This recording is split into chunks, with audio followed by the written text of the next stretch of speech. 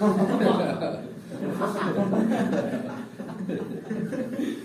gusta el en serio. Sí, sí. Me gusta el en serio. Ya. Vamos a tratar de hacerlo bien. Hay algo que no.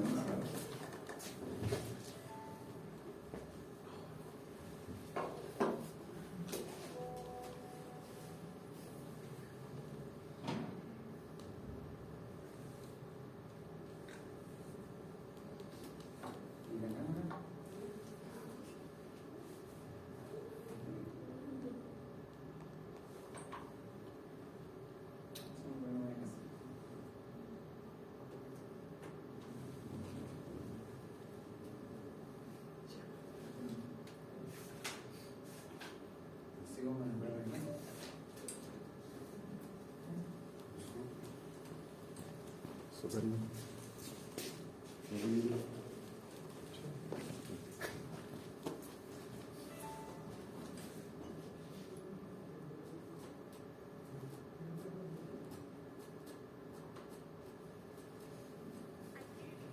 Sería más fácil con mi ventilador, ¿no? ¿Qué dicen?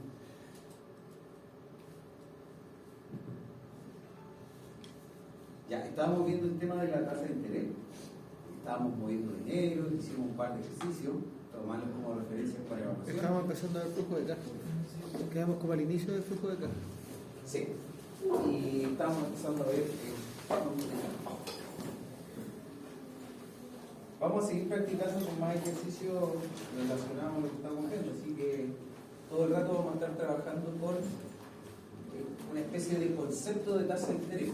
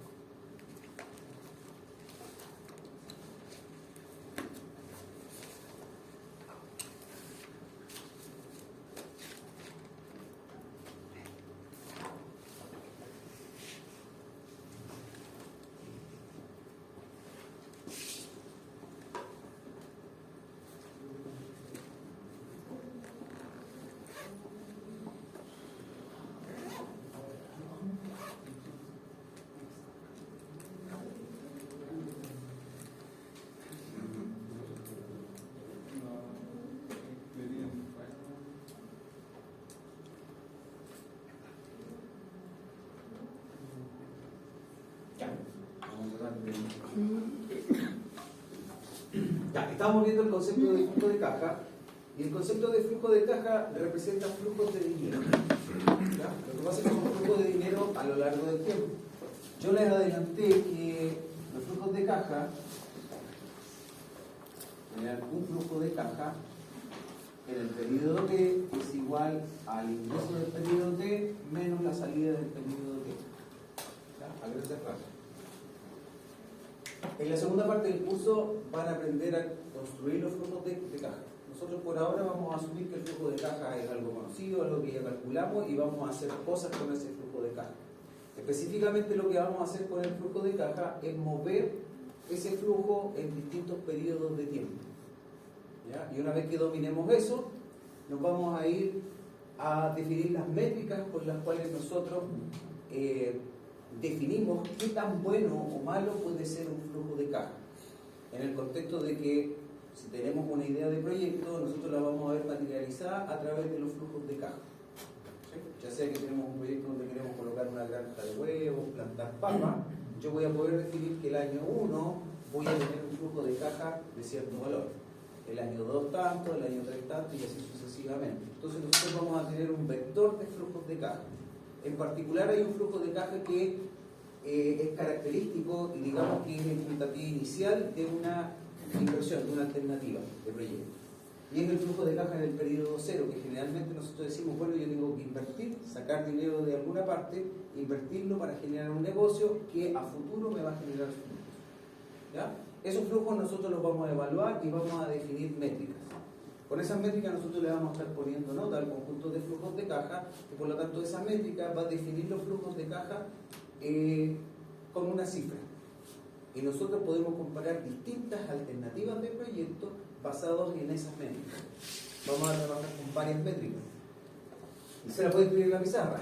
Hay una que es el MAN, el valor actual del proyecto, que de alguna forma mide qué tan rico me hace una alternativa de proyecto. Entonces, si yo estoy comparando dos alternativas de proyecto, calculo el VAN para cada uno de ellos, quien tenga un mayor VAN va a ser el proyecto que me va a hacer más rico a mí. ¿Sí?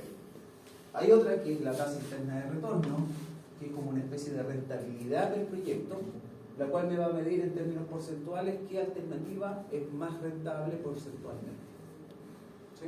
Es decir, tengo que invertir algo de dinero para ganar algo y esto me hace la cuantificación, pero es algo similar a una rentabilidad. ¿Por qué? Porque de alguna forma eliminan o filtran el concepto del tiempo. Y así hay un montón más, digamos que esas son las principales. Hay otra en particular que igual es interesante desde el punto de vista de ingeniería, que es el periodo de recuperación. ¿Sí? Generalmente nosotros nos hacemos la pregunta, oye, y si invierto tanto en el negocio, ¿después de cuántos años yo ya recupero la inversión? Con esa lo definimos. ¿Sí? Las más importantes son esas dos. Estas otras son ciertos atributos de los proyectos. Y así podemos definir algunas otras basadas principalmente en el PAN. Varias versiones del PAN. Y después el resto del curso consiste en jugar con estas cosas para hacer distintas comparaciones. La tecnología ahora nos acompaña, así que hay varias de las cosas que se hacían antes que ya no se hacen. ¿Sí? Antes, calcular un VAN era muy engorroso porque lo hacíamos en calculadora. Y existía el concepto de las calculadoras financieras, que la gracia que tenían era que permitían grabar valores, varios valores. Si ustedes miran las calculadoras más chiquititas, tienen como capacidad para guardar 2 cifras, ¿ya? Como en memoria de datos. Acá no, con las calculadoras financieras se graban varios datos. Y eso hace que, bueno, como ya no se usan las calculadoras, eso ya no se hace. Tenemos Microsoft Excel. De hecho, si no lo tienen una cuenta en Google, ingresan a Google y ahí tienen una especie, no recuerdo cómo se llama, pero una hoja de cálculo similar al Excel que les permite hacer todas estas cosas. Entonces ya no se usan estas cosas, muchas de estas cosas. Y en concepto, siempre estamos haciendo el mismo ejercicio. Tengo un proyecto, lo defino a través de los grupos y hago cálculos con esos grupos. La cosa es hacerlo correctamente, porque si nos equivocamos en algo, podríamos estar diciendo, mira, este proyecto es el doble de rentable que este otro, pero puede ser un error. Así que no nos podemos equivocar en eso y para eso tenemos que mover los flujos en el tiempo. Entonces el flujo de caja define entradas y salidas de dinero.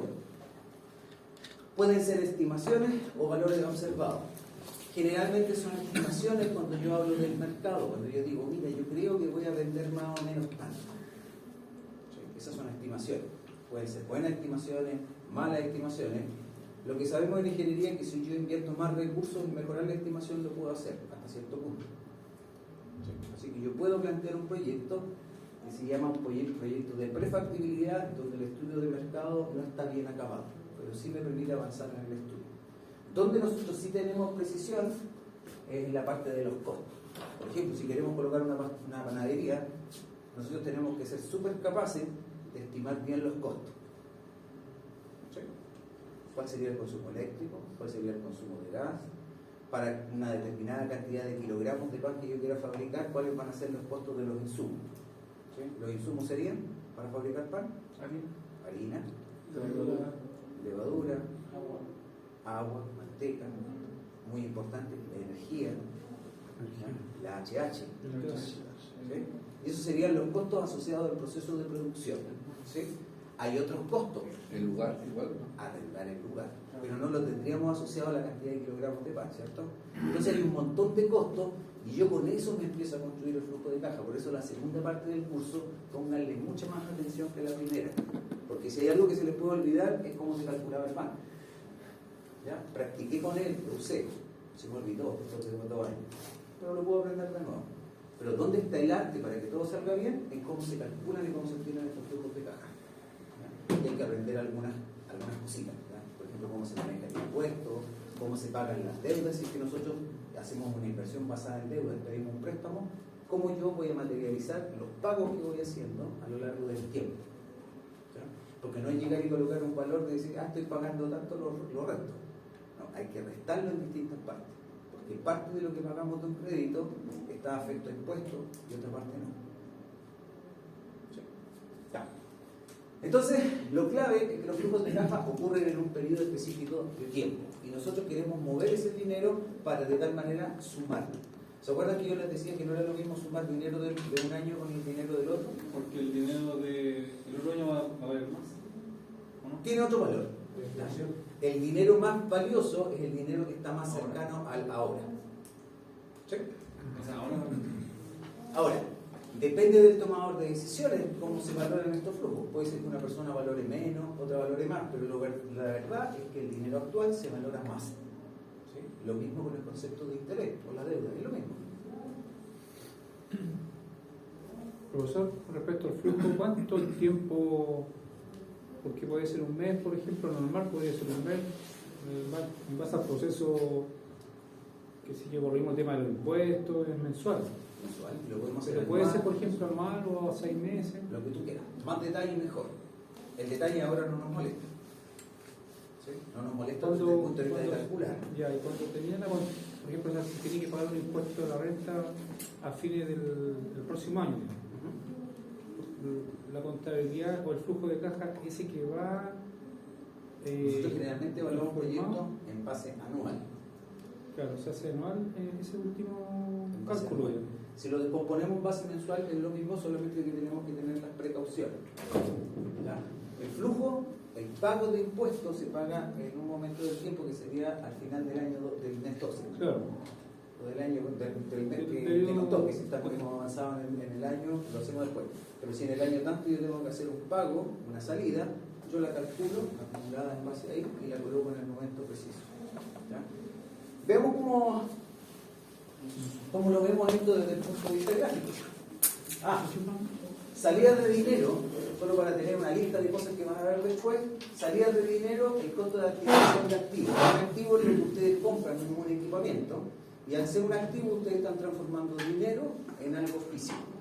¿Sí? Algo físico que obviamente en un proyecto, en un negocio, lo van a utilizar para generar ganancias, para producir. ¿Sí? Al ser un activo, tiene unas propiedades de ese activo. Por ejemplo, se empieza a depreciar. ¿Ya? La depreciación es un concepto que nos permite la ley para que nosotros podamos descontar impuestos en base al desgaste que se genera en un activo, en un equipo, producto de usarlo para un negocio. Si me compro un vehículo para usarlo de Uber, después de un año de uso yo puedo depreciarlo. Lo que quiere decir que yo indico que ese activo se desgastó en un cierto monto, y no es un flujo de dinero, pero eso me permite pagar menos impuestos. Entonces van a pasar algunas cosas divertidas en el flujo de caja, como que van a tener que restar ese monto antes de pagar impuestos. Se descuentan los impuestos, se restan si corresponde pagar impuestos, y después de eso se vuelve a sumar el valor de depreciación. Entonces se resta y se suma. En realidad solamente se está descontando una parte del impuesto. Costos de diseño de ingeniería. Cuando ustedes dicen voy a hacer un estudio para ver cuánta producción de pavo puede tener. ¿Ya? Es un egreso, es un gasto. La cosa es si lo metemos o no lo metemos al proyecto. Ahí van a conversar de eso. Costos de operación, todo lo asociado a la producción de lo que ustedes quieran hacer, ya sea que vendan un producto o vendan un servicio. Generalmente, todo lo que está asociado a fabricar una unidad del producto o servicio que están haciendo. Profe, ¿y los costos de diseño de ingeniería podría asociarse a la HH, no? Sí, pues generalmente o tú contratas un estudio o tú le pagas a alguien para que lo haga, incluso te puedes pagar a ti mismo. Claro. ¿Ya? Lo normal en un negocio es que nosotros nos tratamos a nosotros mismos, aunque seamos los autores del proyecto, como un trabajador más del proyecto. De hecho, si ustedes están haciendo una panadería y después ustedes van a trabajar haciendo la administración del negocio, ustedes se tienen que poner un sueldo. ¿Sí? Y el sueldo es lo lógico que van a ganar por trabajar, pero por ser dueños del proyecto, de la idea, ustedes van a cobrar después un porcentaje del negocio. O todo va a ser de ustedes. En ese caso se dice que todo es de ustedes. Lo retiro. Ustedes verán cómo lo hacen. Pueden hacer retiro, ¿ya? Hacer retiros en alguna, hay que estudiarlo esto legalmente. Hacer retiros a veces también implica pagar impuestos. O sea, mientras no lo retiremos y estén ahí como capital del negocio, está bien, pero si yo lo saco, me descuento impuestos. Costo de mantenimiento periódico y de remodelación, ¿ya? Gastos que nosotros preveemos. Podemos prever nosotros eso en el tiempo. Partimos con un negocio más chiquitito, más grande, tenemos que ir ampliándolo y tenemos que ser súper capaces de estimar bien esas cifras. ¿Ya? ¿Cuánto me cuesta una ampliación? Generalmente lo que se hace es trabajar en base a cotización. ¿Sí? Alguien podrá decir, oye, pero vamos a hacer una ampliación del negocio en el tercer año, 3 años después. Y lo estamos calculando con el costo, con el dinero ahora, pero sabemos que hay inflación y me van a cobrar más. Yo les dije, todo lo hacemos en base al dinero de ahora y se soluciona el problema. ¿Sí? Todo lo que preveemos a futuro lo hablamos al dinero de ahora. Y así no tenemos problemas con la inflación. Pagos de intereses y principales de préstamos, también son ingresos. Costo de actualización, esperado o no esperado. Generalmente nosotros hablamos de lo esperado. Las cosas inesperadas nosotros tenemos que tratar de preverlas para agregarlas acá, pero pueden ocurrir o no pueden ocurrir. Profe, y en el caso del COVID, ¿eso se previó? No, muchos negocios que les fue mal ahí y esos negocios que surgieron gracias al COVID. Sí. Pero hubieron un cambio. La gente que hizo un negocio antes y no previeron nunca que iba a haber un. Así como los terremotos también. Son eventos, tú no lo prevés. Yo creí que me iba a meter ese negocio y iba a ganar plata, pero al final ocurrió algo inesperado y yo. No está mal. Ahora, cuando tú estás en un negocio particular, por ejemplo, yo quiero plantar un bosque. ¿Qué es lo que puede ocurrir con el bosque? ¿Se puede quemar? Sí. Entonces, ¿qué es lo que se hace? Seguro. Podemos evaluar qué pasa con un incendio voraz, un incendio no voraz, o bien contratar un seguro. Un seguro te va a generar inmediatamente una salida, ¿cierto? A costa de un beneficio. El beneficio te cubre, no te cubre las ganancias, pero te cubre por lo menos el monto invertido. Impuestos a la renta, gastos en fondos de capitales corporativos. Profe, ahí los costos de actualización, los no esperados puede ser, por ejemplo, una actualización de normas, cosas así. Sí, pero nosotros no lo podemos prever ahora. Sí, O sea, si nosotros estamos ahora armando el proyecto y no fuimos capaces de preverlo, no va a estar. Lo que vamos a hacer después es, cuando quizás ya estamos andando, hacer una actualización. Y se pueden hacer incluso hasta gráficas como para comparar. Me falta el de los ingresos. ¿Ya? Ingresos, cuando nosotros hablamos de negocio y ingresos productos de ventas. ¿Sí? Ingresos también por valor de salvamento de activos.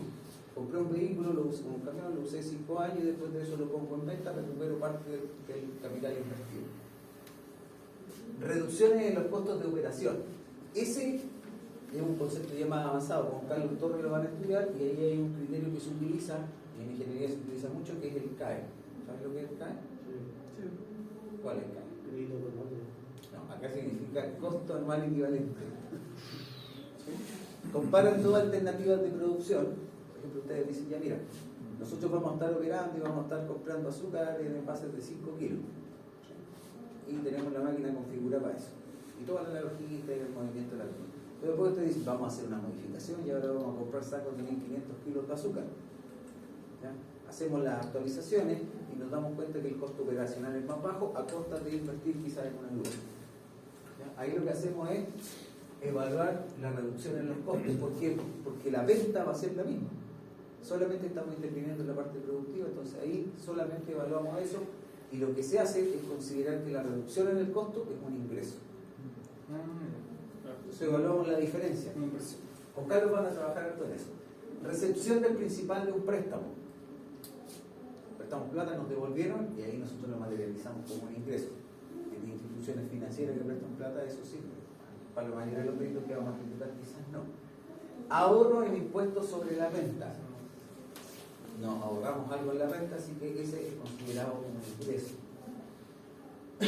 Ingresos provenientes de venta de acciones y bonos, eso generalmente es en empresas que manejan cosas de activos, ¿no? Documentos. Ahorro en costos de construcción en instalaciones, cuando ustedes dicen yo proyecté que me iba a costar tanto y al final me salió un 20% menos, eso considero que es un ingreso en el proyecto. Pero y este otro también tiene que ver también con las ganancias que se reinvierten en el negocio.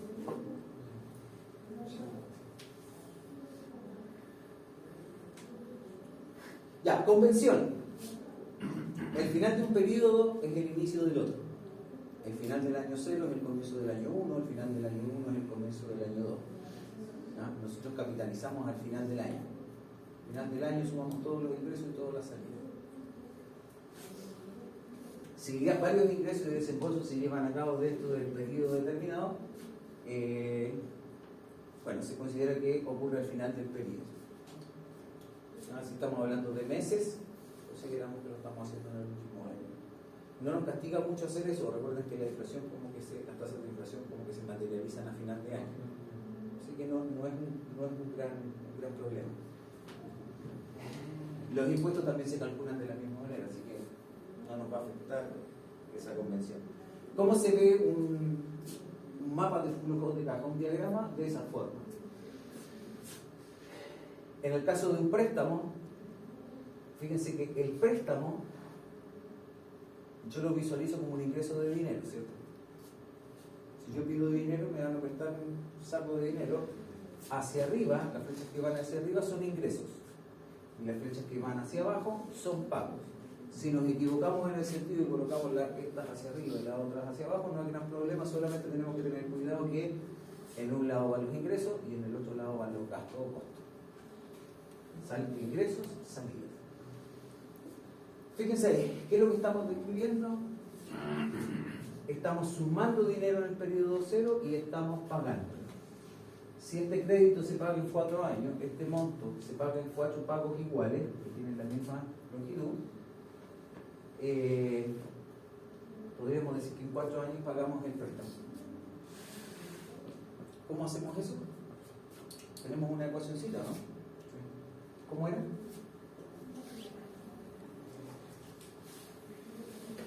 De interés. ¿Sí? ¿Principal? Tres compuestos. Y por. El partido por la cantidad original. Algo es el. Ahí, ¿cierto? Sí. Más o menos la misma notación, final e inicial. No sé, no sé quién la.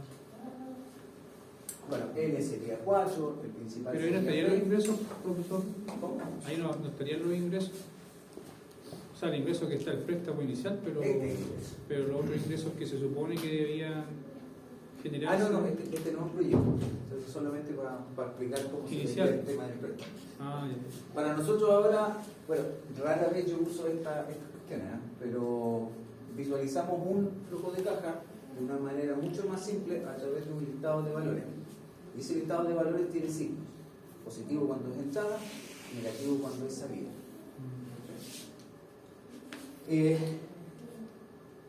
Pensemos en un proyectito. Chiquitito. Eso le voy a decir con nuestras forecast que se llaman. ¿Cómo? Forecast, Forecast de pronóstico. ¿Pareció eso? Es que el proyecto igual se usa cuando nosotros estimamos la proyección de las ventas. Ahora, nosotros lo que queremos atender son cosas a la larga, son cosas que se alejan de la matemática financiera. Nosotros vamos a utilizar la matemática financiera, la cual está acotada a ciertas cosas, y vamos a trabajar con algunas ecuaciones que vienen de regalo, que están en los libros, o si quieren podemos incluso desarrollar el álgebra. Pero en proyecto las cosas no son tan bonitas como este. Nosotros perfectamente podríamos tener un proyecto donde tenemos, no sé, varios años, partimos en el periodo 0, y lo que tenemos nosotros en el proyecto generalmente son unas salidas en el periodo 0. Y esa salida en el periodo 0 generalmente le llamamos una inversión. Y a cuenta de esa inversión nosotros después vamos a tener flujos de caja. Supongamos que el primer año sumamos y restamos, o sea, sumamos todos los egresos, le sacamos, descontamos los egresos, y ese segundo año tenemos una pequeña pérdida, bueno, es razonable. ¿Sí? De hecho, a veces hay proyectos que son así. Tuvimos 2 años con pérdida, o sea, invertimos, nos metimos al negocio, vendimos y todo, pero igual estamos mal. Ahora, esto es aceptable cuando se compensa hacia la derecha, ¿cierto? Pero estos montos de dinero pesan mucho más que los que están a la derecha. Así que no es llegar y sumar. Por ejemplo, si este es menos 10 y este es menos 5 y este es menos 100, no basta con que aquí yo sume un 115, por ejemplo. Porque este pesa menos que esto. Ya, entonces pensemos que este proyecto, después de ese año, los flujos empiezan a subir. Y probablemente aquí hay quizás un periodo de reinversión, necesito reponer algo que hace que mis ingresos se achiquen o incluso que pasemos hacia abajo. Y de ahí quizás retomamos y así sucesivamente. Todo depende de la proyección. ¿Ya? Una cosa es la técnica de cálculo, lo cual es fácil, es simple. Si aprendemos a manejar Excel, me da lo mismo como sea esta gráfica, porque yo lo materializo y lo calculo como quiera. Hay varias formas de hacerlo en Excel. Pero la idea es que cada una de estas flechitas esté bien calculada. Y ahí es cuando uno dice que esto tiene que ser un arte. Y el arte viene acompañado de, ¿cuánto creo que voy a vender ahí? Si yo sé que aquí voy a vender, no sé, por 10.000 huevos, ¿cuál es el costo de producción de 10.000 huevos? Tanto, lo tengo clarito. Pero los 10.000, en realidad, no. Entonces, cuando ustedes terminan de aprender esto de usar los flujos de caja y calcular las métricas, surgen otras preguntas, como por ejemplo, oye, ¿qué pasa si en realidad yo me equivoqué con la estimación de las ventas y las ventas eran un 10% más bajas de lo que yo dije? Una pregunta razonable, ¿cierto? O sea, básicamente todas estas, yo lo que estoy diciendo es que todas estas son más bajitas y estas otras están más estiradas hacia abajo. La pregunta es, ¿qué tan bueno es mi proyecto considerando esa corrección del 10%? Calculamos esa corrección y podemos darnos cuenta que si me equivoqué en un 10%, el proyecto igual es bueno. Después puedo decir, bueno, y si me equivoqué en un 20%, ya, quizás igual es bueno. Y así puedo jugar poniendo valores hasta llegar a un lugar donde ya el proyecto no me hace rico, no aumenta mi riqueza. Y ahí detecto, por ejemplo, llegué hasta el 37% y dije, bueno, si yo me equivoqué en un 87%, mi proyecto deja de ser rentable. ¿Sí? Y ese ejercicio lo puedo hacer con otras cosas. Ese concepto se llama análisis de sensibilidad. Yo digo, ¿cuál es la variable que yo quiero sensibilizar? Y empiezo a jugar con los valores. Y ahí yo estoy ganando más información por la misma vía. Mi proyecto sigue siendo rentable, aunque me equivoque hasta un 10%, 20% en eso. También lo puedo hacer con los costos. El costo de materia prima. Si los costos de materia prima yo analizo y veo que históricamente van subiendo, yo puedo decir, bueno, voy a considerar que van a subir un 10% más. Pueden decir, no, mira, yo voy a considerar que están hasta cierto precio hasta aquí y de ahí para adelante les voy a colocar un factor de crecimiento del 10%. Todo lo podemos hacer. ¿No? Y ese todo lo podemos hacer es fácil cuando lo estamos trabajando en Excel porque es una tabla de datos y yo puedo multiplicar por cualquier valor, modificarlo, etc. Y se van a dar cuenta que calcular lo que vamos a aprender a calcular es una formulita que prácticamente no hay ni siquiera que mover.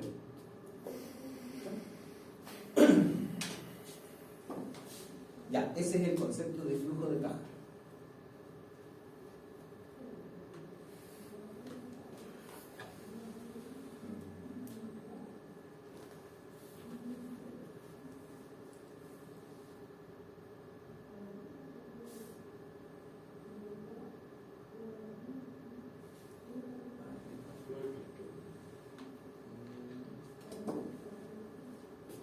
Están las diapositivas 2 y los ejercicios. Los ejercicios están resueltos, pero creo que la mejor alternativa es borrarlo y volverlo a hacer. Ustedes lo van a tener completo. Les sugiero descargarlo y después generar una copia del archivo para practicar, borran todo el desarrollo y se enfrentan a las preguntas. Lo principal acá es entender las preguntas y el concepto de mover el dinero. Más que concentrarse en aprenderse una fórmula, concéntrense en el concepto de mover el dinero en el tiempo. Porque lo que van a darse cuenta es que con el tiempo las fórmulas se les van a olvidar. Y como las fórmulas son parecidas, es mejor aprender el concepto. Entonces, detrás de cada fórmula, nosotros tenemos un procedimiento que lo vamos a utilizar en Excel. Lo podemos hacer a mano como para plantearlo, pero vamos a querer siempre hacerlo en Excel. Y con eso no vamos a correr ningún riesgo a futuro. Ya, el concepto que vamos a aprender ahora es el de pago único. ¿Ya? Con él vamos a aprender a mover el dinero en el tiempo. Tenemos un monto inicial y tenemos una tasa de interés compuesto I, y lo que vamos a hacer es moverlo al final. Vamos a decir cuál es el equivalente de este monto de dinero. Entonces, básicamente, esto se va a ver así. 0, va a haber un monto P principal y nosotros lo vamos a pagar en varios pagos. Aquí lo que dice es pago único, así que en realidad lo que voy a hacer es esto, en el periodo después. Obviamente tiene que ser más grande que este, ¿cierto? ¿Están de acuerdo que esto tiene que ser más grande que este? Y ese va a ser final y tenemos Por interés. N periodos por el concepto de interés. El interés, bueno, no lo podemos graficar acá. La ecuación detrás de esto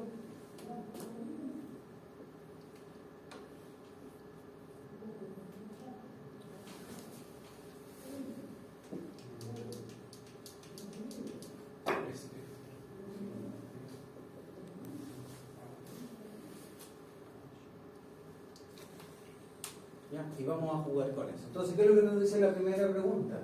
¿Cuánto dinero tendremos acumulado N periodos después? Pregunta típica. ¿Ya? Dado que yo tengo una cierta cantidad de dinero ahora y esa cantidad de dinero va a ganar interés, ¿cuánto voy a tener en el futuro? Valorado en dinero de ahora.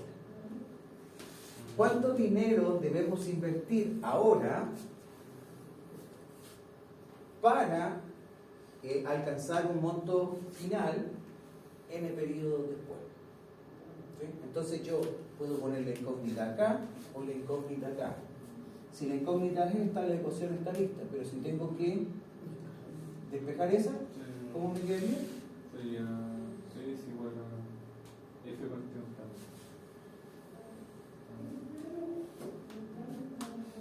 ¿Ya? Para todos los demás, si se les olvida la ecuación y están tratando de deducirla, si este monto es equivalente a este, esta magnitud tiene que ser mayor. Si este monto representa lo mismo que esto, suponiendo que hay pagos, esta magnitud tiene que ser mayor. Vamos a verlo con cifras. Hay que ir aquí, tienen ejercicios. Están codificados, ¿eh? El P1 y P2 se llaman la...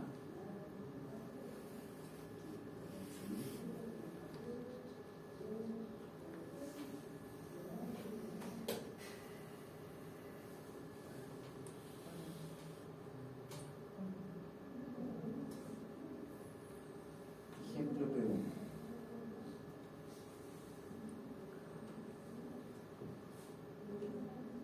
No sé si hay alguien en la casa.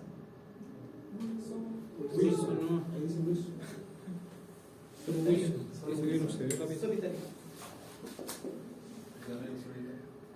Ya, la expresión que la pizarra, 1 más i elevado a n, y la pregunta son versiones de lo mismo. Una persona dispone de 1 millón ahora y desea saber cuánto tendrá si lo deposita un 5% de interés compuesto anual durante 10 años. ¿Sí? Tenemos ese, que vendría siendo 1 millón. Estoy entre pizarra y ese, tenemos 1 millón, la tasa de interés es de 5% y la pregunta es de 10 años. Así que si quiero calcular el monto final que voy a tener, esto es como un ahorro, ¿cierto? Uno abre una cuenta de ahorro, 5% de interés, utilizo esa expresión, la formulita en Excel. Ustedes me dijeron que andaban bien con el Excel, ¿o no? Ya, voy a escribir cada una de las cifras acá. Creo que aquí dice algo que no alcanza a ver.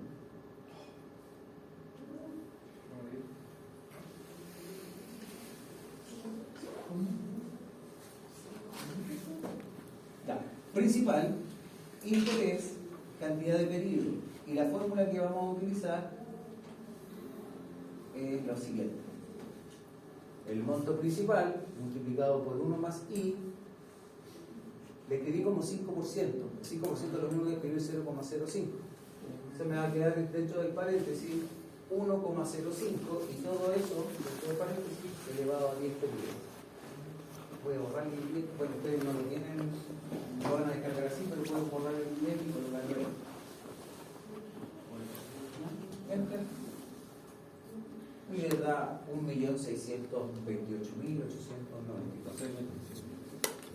Fíjense lo que acabamos de hacer. Lo que estoy diciendo yo es que este monto de 1 millón ahora, económicamente es lo mismo que este monto de dinero acá, 1.628.000. ¿Siempre? Sí. Equivalentes. Representan lo mismo en esta economía donde existe esa regla del 5% de ganancia compuesta. Esto es equivalente a eso. Lo que pasa es que están ubicados en momentos distintos del tiempo. ¿Sí? Ya, vamos a la pregunta 2. Todo eso no sería ganancia, sino que sería la misma plata, pero en 10 años. La misma plata. El contexto lo vemos No es después. ganancia, entonces. El contexto me lo dice el ejemplo.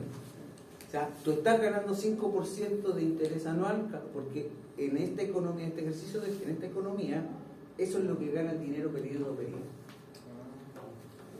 El depósito a plazo a varios años no es negocio. ¿Y eso no es lo mismo? Sí, no es. No es negocio, que es la misma, sería el mismo dinero. De hecho, hace algunos años atrás, no me acuerdo cuánto, pero por ahí en pandemia, el Banco Estado ofreció otro producto similar a un depósito a plazo, pero que no tenía interés, pero que sí se actualizaba por el IPC. Entonces, era como comprar UF, guardar las UF y después recuperar las UF. Y eso es no ganar nada. Solamente te cubren el interés. Eso es un interés del 0%. ¿Sí? Y eso, ojo, eso era considerado mejor que tener una tasa de interés. Porque ahí viene la diferencia entre la tasa de interés real. Esto por cómo funcionan los bancos, no cómo funcionan nosotros en el mundo de los negocios. Los bancos funcionan así. Clausura. El negocio lo mandan ellos. Tenemos la diferencia entre el interés real y el interés nominal.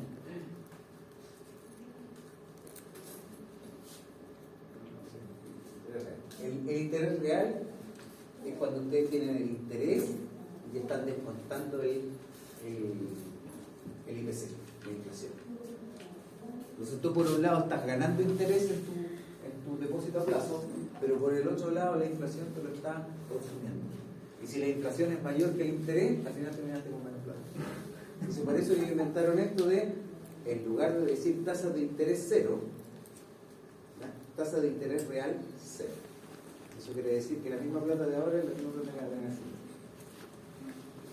Malo, ¿no? Pésimo.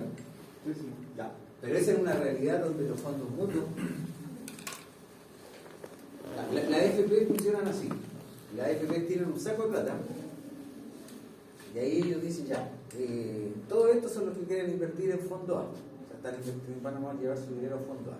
Y en fondo A ellos dicen ya, mira, en el fondo A yo tengo ciertas formulitas que me permiten a mí mover el dinero de uno a otro, hay reglas de porcentaje y todo eso. Y al final, ellos lo que esperan es que el dinero donde lo ponen genere ganancia.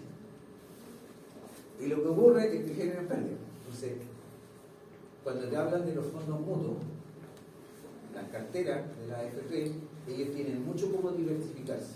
¿Y qué es lo que hacen ellos? Ellos dicen, mira, voy a invertir en este documento que es riesgoso, pero es altamente rentable. O sea, existe mucha posibilidad de no ganar nada o incluso perder, pero también existe posibilidad de ganar mucho, que se compense. es alto, pero puede haber pérdida. Y lo compensan con otros documentos. Por documentos me refiero a acciones, bonos, elementos de inversión. Puede haber otra que tiene una tasa de ganancia más bajita, pero que tiene poco riesgo, entonces oscila en un rango menor. Entonces con eso, cuando suman todo eso, te debería dejar una ganancia más o menos esperada positiva. El tema es que sostenidamente es negativo. Y no hay forma de arrancarse de eso porque las cosas están turbulentas en el exterior y en el interior. ¿Sí? Profe, ese concepto de pago único es independiente del periodo, que por ejemplo si yo tengo un monto alto de dinero ahora para invertirlo, no sé, que me dé en un año, es rentable a lo mejor comparado a diario, yo sé que en año más a lo mejor puede ser que la situación económica sea distinta, pero en un año no sé si se va a ir y le puedo sacar quizás el dinero que yo quiero en un año poniendo alta plata. Depósito a plazo. Sí. No sé, Es que si tú tienes depósito a plazo, tienes que concentrarte en la tasa, en la inflación. ¿Ya? Si la inflación está muy alta, probablemente no te conviene. ¿Y cuándo te conviene? Cuando la inflación es más baja que la tasa de interés. Ahí tú dices, sí, calculo la diferencia y eso es lo que de verdad estoy ganando. Entonces, si la tasa de interés es del 10% y la inflación fue del 5%, tú al final te quedaste con 5%.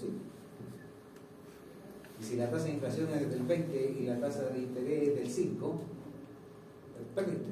Y lo que pasa es que cuando hay mucha inflación, las tasas de interés caen. La gente no quiere pedir plata. Que dice, no es el mejor momento para meterme en un negocio. Entonces, ¿qué es lo que pasa? La gente empieza a pedir menos plata. Los bancos quieren que pidan plata, pero también hay riesgo. Entonces, la tasa a la cual ellos te ofrecen un mejor precio por el dinero prestado no escala de la misma manera de inflación. Cuando la economía tiene una inflación cero, ahí uno puede decir sí me conviene. ¿Por qué? Porque invertir el dinero en un depósito a plazo queda libre de riesgo. O sea, cualquier vez te dice, no, vaya a ganar un 4%, es poquito, pero lo vaya a ganar. Y tú ahí te podés diversificar y decir, no, voy a meterme al Bitcoin, cuestiones así que son más riesgosas. No le estoy diciendo que se vayan a meter al Bitcoin, pero hay varias cosas. Ya. Tenemos esto, ganamos esto. Hay otros elementos donde ustedes pueden prestar plata. Esto es cuando yo dejo la plata en el banco. Por ejemplo, yo voy a El Salvador y El Salvador emitió deuda. El Salvador dijo, mira, nosotros queremos financiar algo y estamos produciendo, tenemos producción en el país, tenemos un buen PIB, entonces nosotros vamos a pedir dinero prestado. Y en lugar de pedir dinero prestado a las instituciones, ellos dicen, ya, quien quiera venir a prestarnos plata, nosotros nos hacemos cargo. Ustedes compran unos documentos que se llaman bonos. Ellos dicen, cada bono vale 10 lucas. Ellos dicen, mira, este bono de 10 lucas es a 20 años. Eso quiere decir que yo en 20 años más te devuelvo el equivalente de las 10 lucas. Y cada año yo a ti te voy a pagar 500 pesos por esa firma. Entonces tú vas a recibir 500 pesos por cada uno de esos papelitos que tú compres y al final te devuelven la plata. En el mismo concepto de interés, salvo que ahí está ingresando un delta chiquitito. Y esos son los mismos instrumentos en los que van la AFP a comprar afuera. ¿Ya? Esos son documentos, como un billetón, dura 20 años, puede que le queden 15, 8 y se transan en el mercado. ¿Ahora acciones también son? Similar a una acción. El tema es que es más difícil que quiebre una. Bueno, hay compañías que no quiebran tampoco, pero es más estable la deuda con algunos países. Países que son estables porque están creciendo. Va al país y le encontraron litio.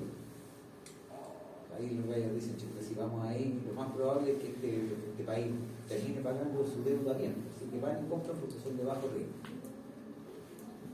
¿Y dónde se compran las acciones? ¿Dónde se compran? Necesitas como un intermediario. En este caso tú te puedes meter al banco, la mayoría de los bancos tienen ahí el servicio de que tienes una cuenta, puedes comprar y vender. Puedes también hacer depósito a plazo. Claro, se puede hacer todo tipo de los depósitos en el banco. Pero hay aplicaciones donde uno puede comprar acciones en el mercado. También son servidores de eso, los bancos prestan ese servicio. Y creo que las plataformas ahora te permiten ver acciones de cualquier lado del mundo. Inversión.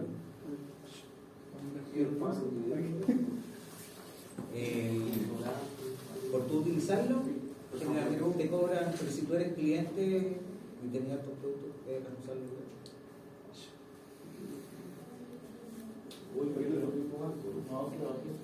En el mismo banco. Es que ellos lo que hacen es se aseguran comisiones por ciertas cosas. Sí, por ciertas cosas. Hay cosas que no te cobran comisión, muchas que sí. Yo creo que depende también de la cuenta que uno tenga. Uno invierte algo y uno se dedica a un negocio. Por ejemplo, yo voy a molestar al banco en muchas transacciones mensuales. El banco me va a decir, ya bueno, pero yo te cobro por el servicio porque no eres persona natural.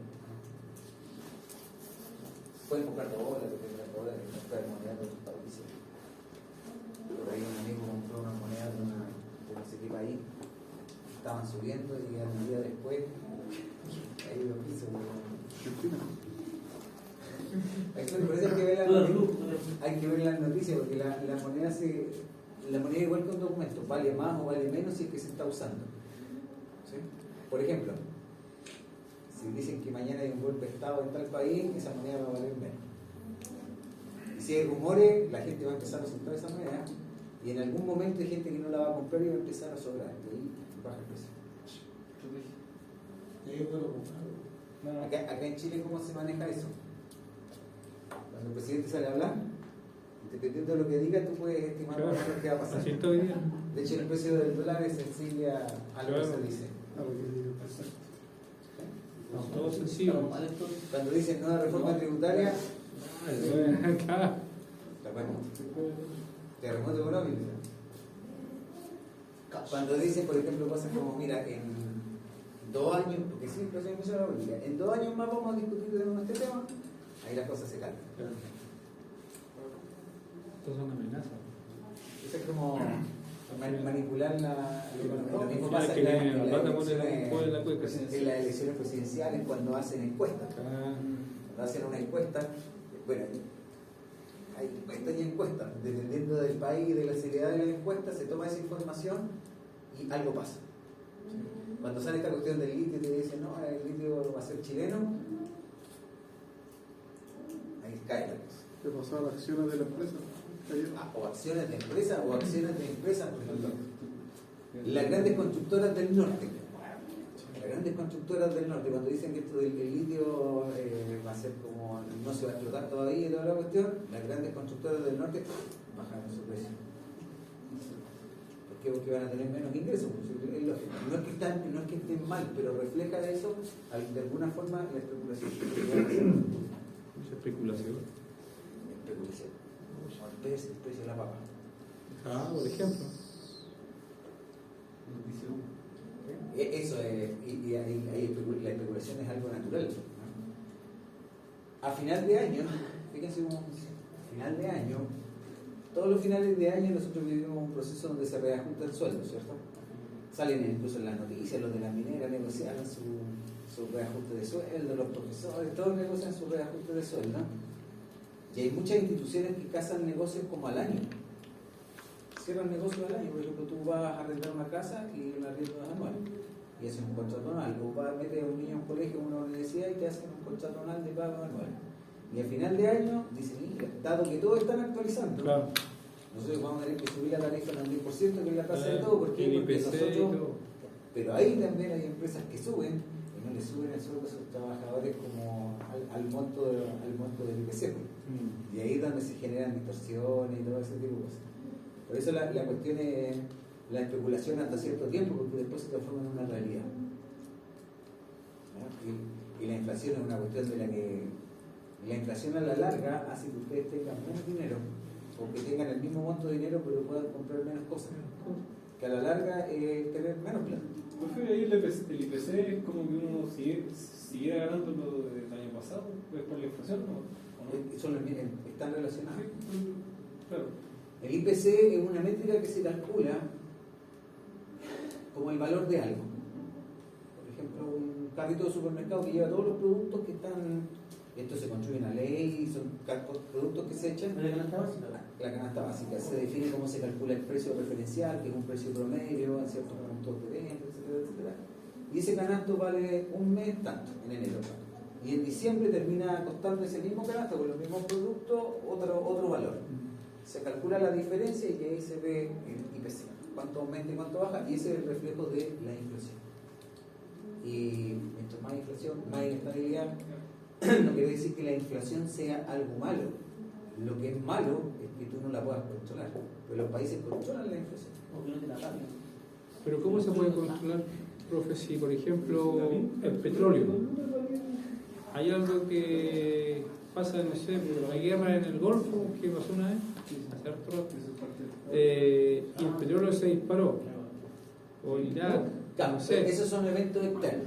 Claro, pero eso nos afecta directamente porque aquí nosotros todo lo manejamos el transporte con el petróleo, todo lo que nosotros compramos, De hecho, lo que comercializamos. Lo que haga otro país también, porque estamos hablando no de instituciones chicas, Claro. estamos hablando de un país que toma decisiones para su gente. Por ejemplo, se abre un nuevo tratado comercial entre dos países y Chile le compraba a uno de esos países, eso te va a terminar afectando el precio de algo. Y si tu canasta es sensible a eso, te va a aumentar la inflación. El tema es que ese aumento de la inflación va a ser, pasamos de este precio a este precio. Lo que pasó ahora Y con la después guerra. de eso se genera una nueva estabilidad, a un nuevo nivel de Lo que precio. pasó con la guerra ahora. Lo que estamos viviendo ahora Claro, nosotros es porque que los ha precios aumentado demasiado, a menos que en Chile, no sé, como un 20%, un 15%, varias cosas. Y pasó, o sea, ya nunca subió vuelve todo atrás. ya. Nunca vuelve atrás. ¿Ah? Nunca vuelve atrás. No, no vuelve atrás. Ya, pero lo descontrolado es cuando hay un cambio, se materializa en una inflación y después sigue escalando. Porque cuando tú dices cuando la controlan es cuando llega a cierto punto y se mantiene ese nivel de precio más o menos estable. O sea, la cosa nunca es fija, pero va oscilando y proyecta que no hay inflación. Lo que nos está pasando es que la inflación va creciendo. Y otro de esto, y otro de esto, y otro de esto. Y ahí los estados se les acaban los recursos por mantenerlo estabilizado, porque la inflación se estabiliza de acuerdo a cosas que hacen los estados. Compran dólares, venden dólares, imprimen más moneda, sacan de circulación moneda, lo cual es extraño. Aumentan o reducen el gasto público, en el sentido de que ponen más dinero Claro. en las calles, eso genera más trabajo y eso genera algo más de estabilidad. Claro. Pero en algún momento se te acaban los recursos Y vuelve otra vez. si no, se te acaban los recursos y la cuestión sigue descontrolada sola. Entonces la idea es controlar las cosas internas, aspirando a que en un momento de tiempo se estabilice la cosa. Pero hay países que viven con inflaciones constantes. Por ejemplo, bueno, yo trabajo en el área de la electrónica industrial y los semiconductores crecieron o aumentaron sus costos como en 2 años. Claro, unos decían que era por el tema de la guerra, porque la materia prima, digamos, la sacaban ahí, Pasaba por ahí. pasaba por ahí, digamos. Por un lado, y por otro lado dicen que el producto está con mucha demanda. Todo lo que de China, porque la electromovilidad ha sido muy grande el crecimiento que ha habido, por lo tanto todos los semiconductores, incluso todos los procesadores que se están fabricando, están todos demandados por la electromovilidad. Por lo tanto, todas las otras áreas, que si por ejemplo accionamiento de variables de frecuencia o equipos que también ocupan semiconductores o procesadores, estaban escasos y los equipos se están demorando 1 año en fabricar, cosa que antes se demoraban 1 mes. Eso es por la ley de oferta y demanda. Esta es la demanda y esta es la oferta. Pero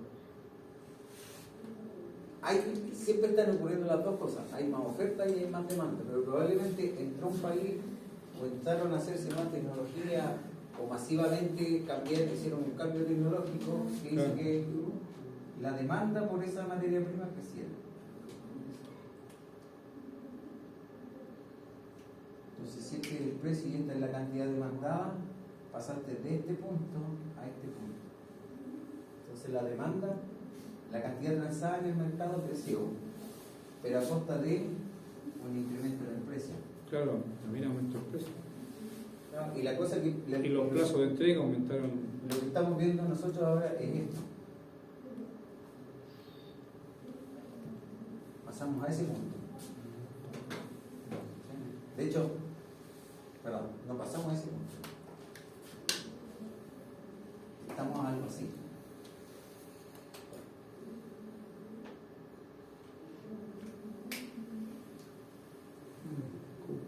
Algo así. De este punto, que estaba en equilibrio, estamos tendiendo a ese punto. ¿Sí? Ese es el impacto más grande. Alguien dice, estamos trazando esa cantidad en el mercado. Y alguien se metió al mercado y dijo, yo voy a comprar tanto más. Y eso genera una escasez para el resto de la gente. Claro. Porque no hay más en el momento exacto. Y después con el tiempo, con el avanzar del tiempo, como hay un aumento en la cantidad demandada, hay gente que se mete al negocio. Por ejemplo, hay fábricas que estaban fabricando algo similar y deciden empezar a fabricar esto que se está vendiendo mejor. O alguien que tenía una capacidad dice, vamos a incrementar la capacidad. Y eso hace que se empiece, aquí hay escasez, no toda la gente alcanza a comprar, y después de llegar a ese punto se empieza a tender a ese punto. Probablemente estamos viviendo ese proceso de llegar al nuevo punto de equilibrio. Profesor, y ese punto de escasez lo va relacionado con que a quién yo decir venderle. No, es que el precio se establece en base a todo. ¿Ya? Por ejemplo, es como una subasta. Por ejemplo, yo digo, voy a vender un pastel a Luca. ¿Quién me lo quiere comprar? Yo. Si nadie dice yo digo, pucha, lo voy a bajar a 900. Hasta que aparezca alguien que lo decide comprar. Entonces, ese va a ser el precio de referencia del siguiente pastel que yo voy a vender. ¿Sí? ¿Qué es lo que puede pasar? Yo voy a sacar otro pastel y voy a decir, ya, quiero vender este pastel. El orden anterior lo vendí a 800. ¿Qué es lo que quiere comprar? Puede que alguien diga, chuta, yo quiero, pero no tengo 800. Entonces va a comprarlo más bajo. Y el segundo se va a vender a un precio más bajo. Hasta que en algún momento voy a llegar a un precio, pastel a 500 y me lo van a comprar. ¿Quién quiere pastel a 500? Y ahí me lo van a empezar a comprar. Puede que después se agote toda la gente que quería comprarlo y empiece a bajar de nuevo. Pero el precio de referencia es como un precio promedio de mercado. ¿Ya? Es como un precio de tendencia, no un precio de la cosa puntual. ¿Ya? Pero lo que pasa con estas cuestiones es que hay gente que se mete al negocio, que se va a querer fabricar más, o gente nueva que se va a meter al negocio, o también cuando ocurre lo contrario, hay una pérdida, hay una baja en la demanda, o sea, ya no se usan esas piezas, no las Claro. vamos a comprar más, Hiciste. que va a generar el efecto Claro. contrario, que hay empresas que van a dejar de producir eso, Claro. y con eso se va a compensar también un alza en el precio en algún momento. Y lo que generalmente pasa es que los productores no son tan, que en el caso de la tecnología menos, no los pilla desprevenido esto. O sea, ellos lo que hacen, bueno, hay evidencia de que hay compañías que no han hecho caso a lo que dice el mercado y dicen, han quebrado, ¿no? Sí. Desaparecieron del mercado. Kodak es un ejemplo que... Blockbuster también es un buen ejemplo. ¿Qué es lo que pasó? Que ellos estaban metidos en el negocio, ellos supieron de Cambiaron de antemano tecnología. dónde iba la cosa, Claro. pero la subestimaron, no hicieron el cambio, Claro. y otras compañías se dieron beneficiar porque no podían rivalizar en la situación actual, pero hicieron una buena predicción. Evaluaron un proyecto con riesgo y todo y decidieron meterse. Probablemente perdieron harta plata al inicio, Claro. pero a largo plazo se quedaron como compañías sólidas. De También- hecho, esos potenciales de negocio generalmente los toman empresas que están monitoreando el mercado. Si ustedes miran Samsung, por ejemplo, Samsung es más que una empresa que fabrica cosas, porque Claro. ellos son, no sé cómo se definen, pero así como líderes de innovación tecnológica. Cuando vaya la micro, ellos si detectan una buena opción, lo van a hacer. ¿Qué añadir tu producto? Televisores, Claro. en el mundo de los... Ojo, a veces las compañías también tienen socios, que es la misma pero tiene otro nombre para otra cosa y no sabemos que quizás están fabricando Claro. teléfonos, pero lo más probable es que sea así. Yo he visto hasta autos, Computadores también.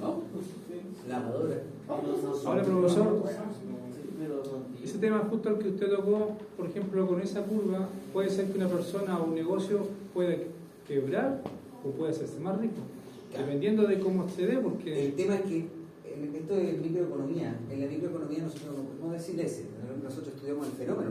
ya, ¿Ya? Lo que va a pasar es que a algunos, que son los que están menos adaptados, pues les va a pasar eso. claro. ¿Ya? Por ejemplo, pero tampoco le estamos diciendo vas a quebrar, sino que probablemente la misma empresa tiene que cambiar de giro. Claro. Por ejemplo, si una empresa compró, lo que estaba hablando yo antes, semiconductores, o tenía en su bodega con el precio de un 20% más barato hace un año, porque subió en un año, y después la demanda empezó a crecer y este tipo tenía todos los equipos ahí y los vendió todos, pues, bueno. Y ganó un 20% más de lo que le había costado, más el margen que le había dado. Hay costos asociados a eso. Claro, Ganó De un hecho, 40 entonces. ganó un 40%. Claro. De hecho, En cambio hay otro, En Chile ¿ya? tenemos una evidencia de eso, en el cobre. El cobre es algo que no se echa a perder. En algún momento el negocio del cobre estuvo muy mal, se empezó a avanzar muy poco. Había Sí. dificultades para venderlo. Y en Chile decidieron seguir fabricando. Si total espacio para almacenar había. claro, Y almacenar, y almacenar, y almacenar. Y en algún momento empezó a haber ruido de que alguien necesitaba cobre. Y los chilenos, en el político de renombre, hermético, no pasaba nada. Y cuando ya el precio estuvo a un nivel súper alto que compensaba el haber tenido toda esa detención, estos tipos dijeron ya, yo te vendo el cobre que necesitáis. ¿Cuánto necesitáis? Tanto, ya te lo mando, te lo empiezo a mandar mañana. checa, en Y medio. con eso dejaron abajo a un montón de empresas que ellos estaban evaluando, chuta, vamos a incrementar y se le vuelve el Aumentando negocio, la producción. tenemos que invertir tanto para producir más, y salieron los chilenos que ya tenían el cobre y que podían hacer. Pero si hubiera nada, porque poder con una empresa que pierde plata todo lo. Claro. No pierde plata. Lo que pasa es que reinvierte la plata. O sea, le genera utilidad. Bueno, después de todos los descuentos que le hacen, genera utilidad, pero esa utilidad la utiliza en investigación Claro. y en prospección minera. Puede invertir. ¿Qué es lo que hace? Antes de explotar empieza a preparar. Entonces, mira, vamos a empezar a hacer el hoyo. Vamos a gastar plata, pero no vamos a terminar sacando nada. Pero a la larga lo que te está haciendo es hacer cosas así. De hecho, esto de que movieron una ciudad de un lado a otro no sale de la nada, porque sale de ese tipo de cosas. Ahora, en la situación actual es mejor que Codelco no tenga ganancia. ¿Saben por qué o no? No. ¿Puede terminar en alguna fundación la ganancia? Ahora, lo lógico hubiese sido que la empresa minera se hiciera cargo de las 8 minerías, y ahí es donde son poco previsores los... ¿Se puede privatizar igual? No quiero decir el mundo político, sino que a nivel de Estado son poco previsores en esa cuestión. Porque, escucha, un gobierno dura ¿cuánto? 4 años. Entonces, el gobierno que llega quiere quedar bien para el público, para ser reelegido. Entonces, se motiva mucho a hacer cosas de corto plazo que cosas de largo plazo. Cuando son las cosas de largo plazo las que de verdad importan. Entonces, entra un presidente y dice, no, yo tengo que quedar bien con los pensionados, tengo que quedar bien con los abuelitos y tengo que empezar a hacer cosas.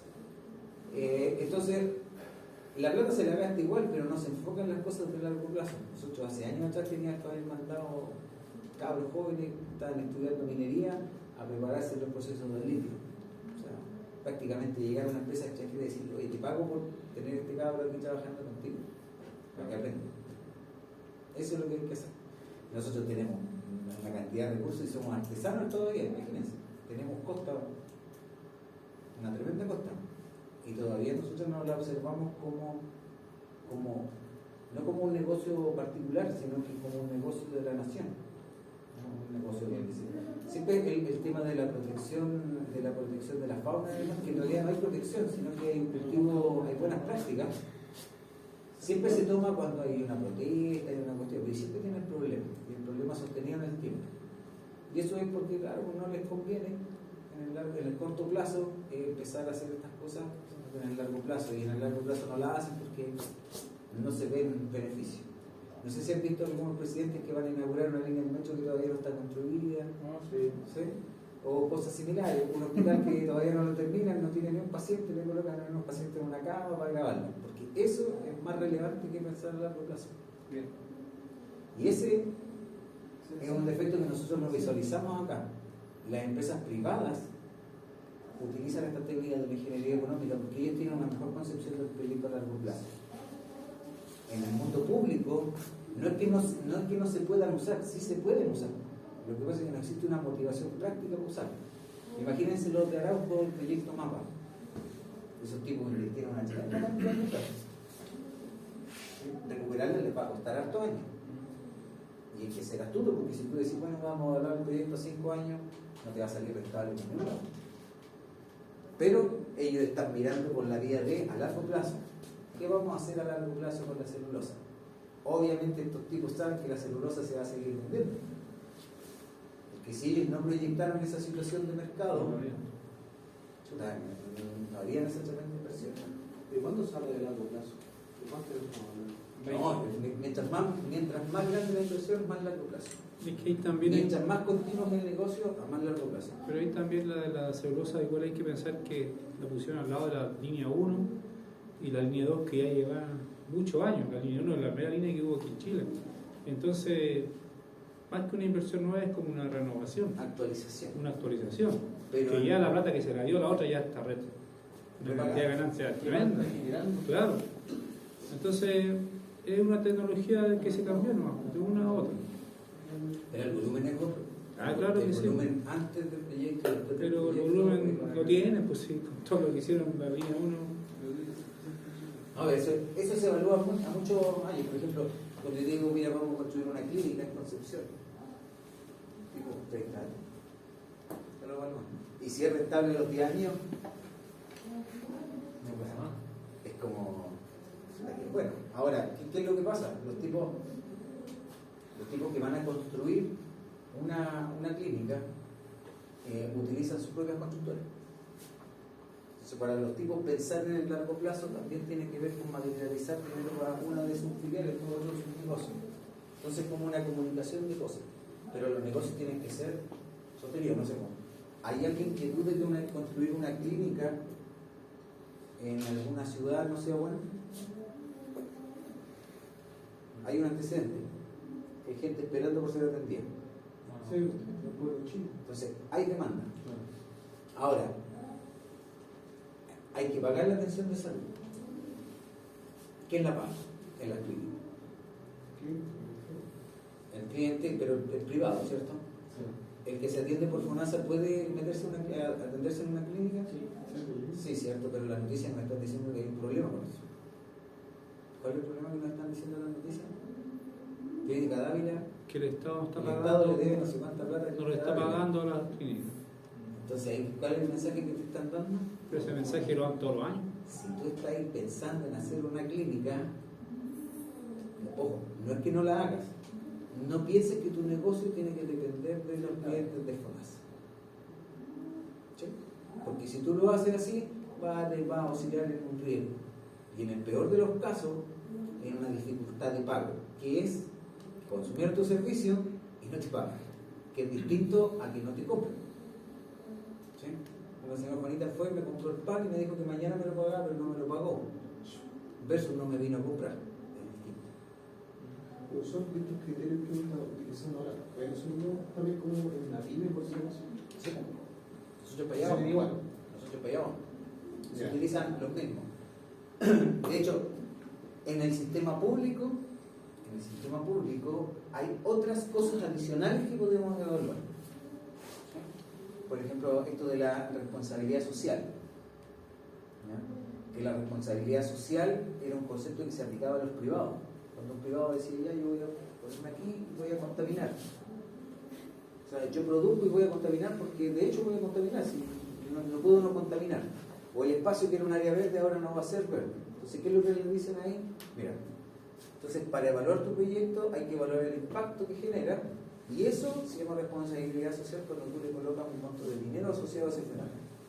Entonces tú de alguna forma estás diciendo que esa situación no deseada tiene un costo y que tú económicamente te vas a hacer cargo de ese costo. ¿Cómo se hace cargo?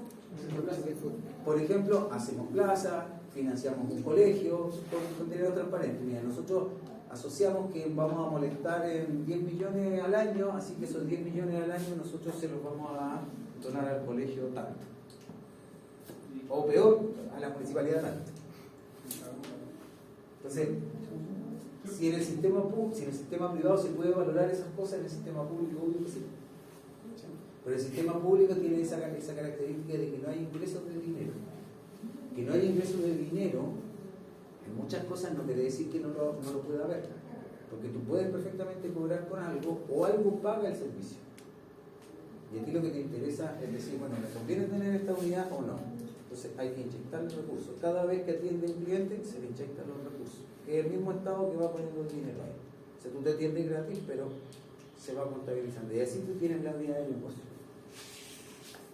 Entonces, es el mismo pensar en el sistema público y en el privado, mismas herramientas.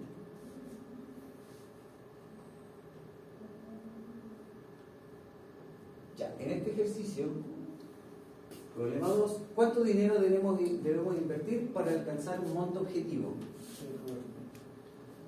Vamos a llegar a esta. Queremos alcanzar un cierto monto objetivo. Tengo un hijo, va a echar a la universidad a los 18 años, nació y yo quiero llegar cuando tenga 18 años. ¿Cuánto cuesta la universidad ahora al año? Depende de la carrera. 3,5, 4, depende de la carrera. Una carrera completa. Pero de la salud. No, pero Era la salud. ya pongámonos que existe una carrera de 3 Depende de qué millones universidad. y que dura 5 años. Son 15 millones. Si somos astutos vamos a decir, ya, pero tengo que hacer una corrección porque no son 15 millones el valor del dinero. Supongamos que decidimos que tenemos que juntar 16 millones. ¿Sí? Y yo digo, mira, en 18 años más yo quiero 16 millones. Tengo 16 millones acá, 18 años, y la tasa de interés que me da el banco así por tener depósito a plazo, suponiendo que eso aún existe, lo dejo en el banco. ¿Cuánto tengo que meter ahora en el banco para que solito ese monto llegue allá? Veamos los datos que están acá. Ojo, es distinto el caso donde yo digo, yo todos los meses voy a sacar un dinero y lo voy a poner en la cuenta de ahorro. Ya, acá lo estamos dejando una vez, dejamos que se acumulen los intereses. Ese otro caso donde vamos a estar haciendo pago periódico, lo podemos evaluar después cuando empecemos a hablar de otro concepto. Se puede hacer también. Entonces acá el monto deseado se desea reunir 800.000 después de 8 periodos, 8 años de plazo y 4 intereses. Siempre nosotros tenemos que pensar que esto es periodo, no importa si son años, yo siempre le pongo años, no me la mala costumbre. Son 8 periodos y en cada periodo se capitaliza 4% de interés. Haciendo la ecuación, lo que vamos a hacer es esto. Antes de hacer el cálculo, nosotros tenemos que pensar el monto que tengo que invertir ahora para que 4 años después se transforme en 800.000 a una tasa del 4%, tiene que ser mayor o menor de 800.000 pesos. Menor, ¿cierto? Porque invierte un monto y cada periodo se le va amplificando el 8%, Ese 4% es anual, ¿cierto? Sí, siempre. De hecho, ahí hay una discusión: interés mensual o interés anual. Podríamos terminar con eso la clase haciendo una ecuacióncita. Ojo, la tenemos que deducir. Pero sea a largo plazo. No sea para. Bueno, por lo que yo sé. No, por eso, que el banco, Claro, la fijan por el plazo. forma la tasa y para nosotros, bueno, los bancos te hablan, los bancos hablan de instituciones financieras que te hablan de interés real. ¿Sí? El interés real involucra el IPC. ¿Sí? Así que de alguna forma el banco está haciendo una predicción del IPC en un futuro, como para decirte, no, la tasa de interés real es del 2% y la que me estáis dando tú es del 4%. Entonces eso quiere decir que hay un 2% de pérdida por inflación. Ese es un concepto que nosotros no lo tomamos en cuenta porque nosotros evaluamos todo en dinero de ahora. Pero existe la tasa de interés nominal y sus capitalizaciones. Por ejemplo, yo les podría decir, chiquillos, miren, yo les voy a prestar plata a ustedes a un 1% de interés mensual. Siempre compuesto, siempre el interés va a ser compuesto. Entonces ustedes me van a decir, bueno, y yo estoy pensando en tener la plata ahí un año, 12 meses. ¿A cuánto equivale este 12% mensual compuesto en un interés anual?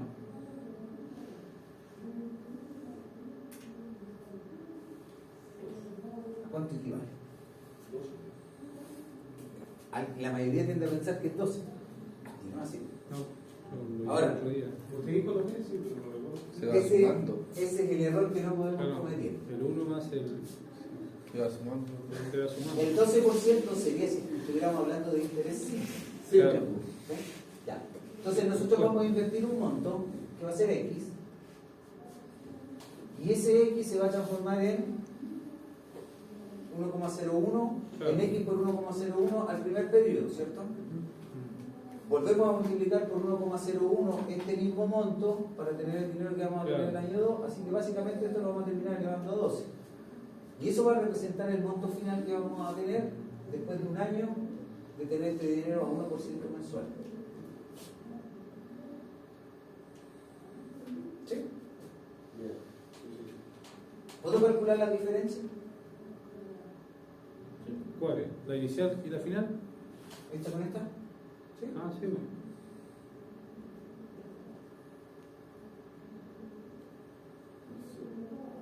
¿Y esto vendría siendo? La cantidad de interés Interés compuesto. que vamos a acumular, ¿cierto?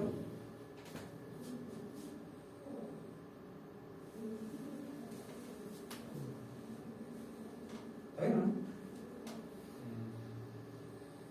Profesor, disculpe. ¿Qué significa la X? No, la X es el monto que tú invertiste, el principal. El monto que tú pusiste ahí y durante 12 meses acumuló un 1% compuesto. ¿Ya? Hay otras formas de escribir esto como 1 menos P partido por E. Ah, pero ahí consigo lo mismo todavía. ¿Ya? Y con esto nosotros vamos a obtener el interés anual, que va a ser del 12%. Más. 12% más algo. ¿O no? 12% menos algo. Bueno, habría que hacer el cálculo. Le ponemos ahí un monto porque. Ya, pero cualquiera en los bancos te hacen eso. Calcúlame el interés mensual mes a mes, calcúlame el interés año a año. Y te hacen los cálculos. No es gran problema. Hagamos algo ahora. Veamos la diapositiva a ver cómo va.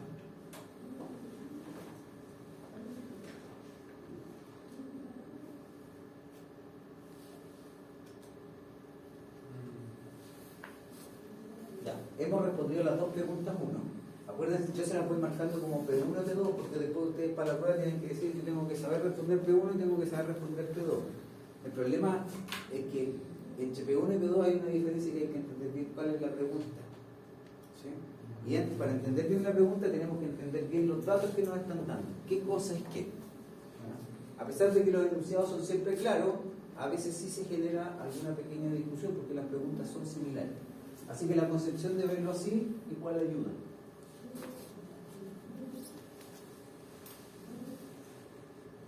Ya, ahí tenemos la pregunta del pago 1, dato incógnito. ¿Sí? Datos del I, datos del N. Lo que estamos haciendo es mover este dato conocido a este periodo de tiempo.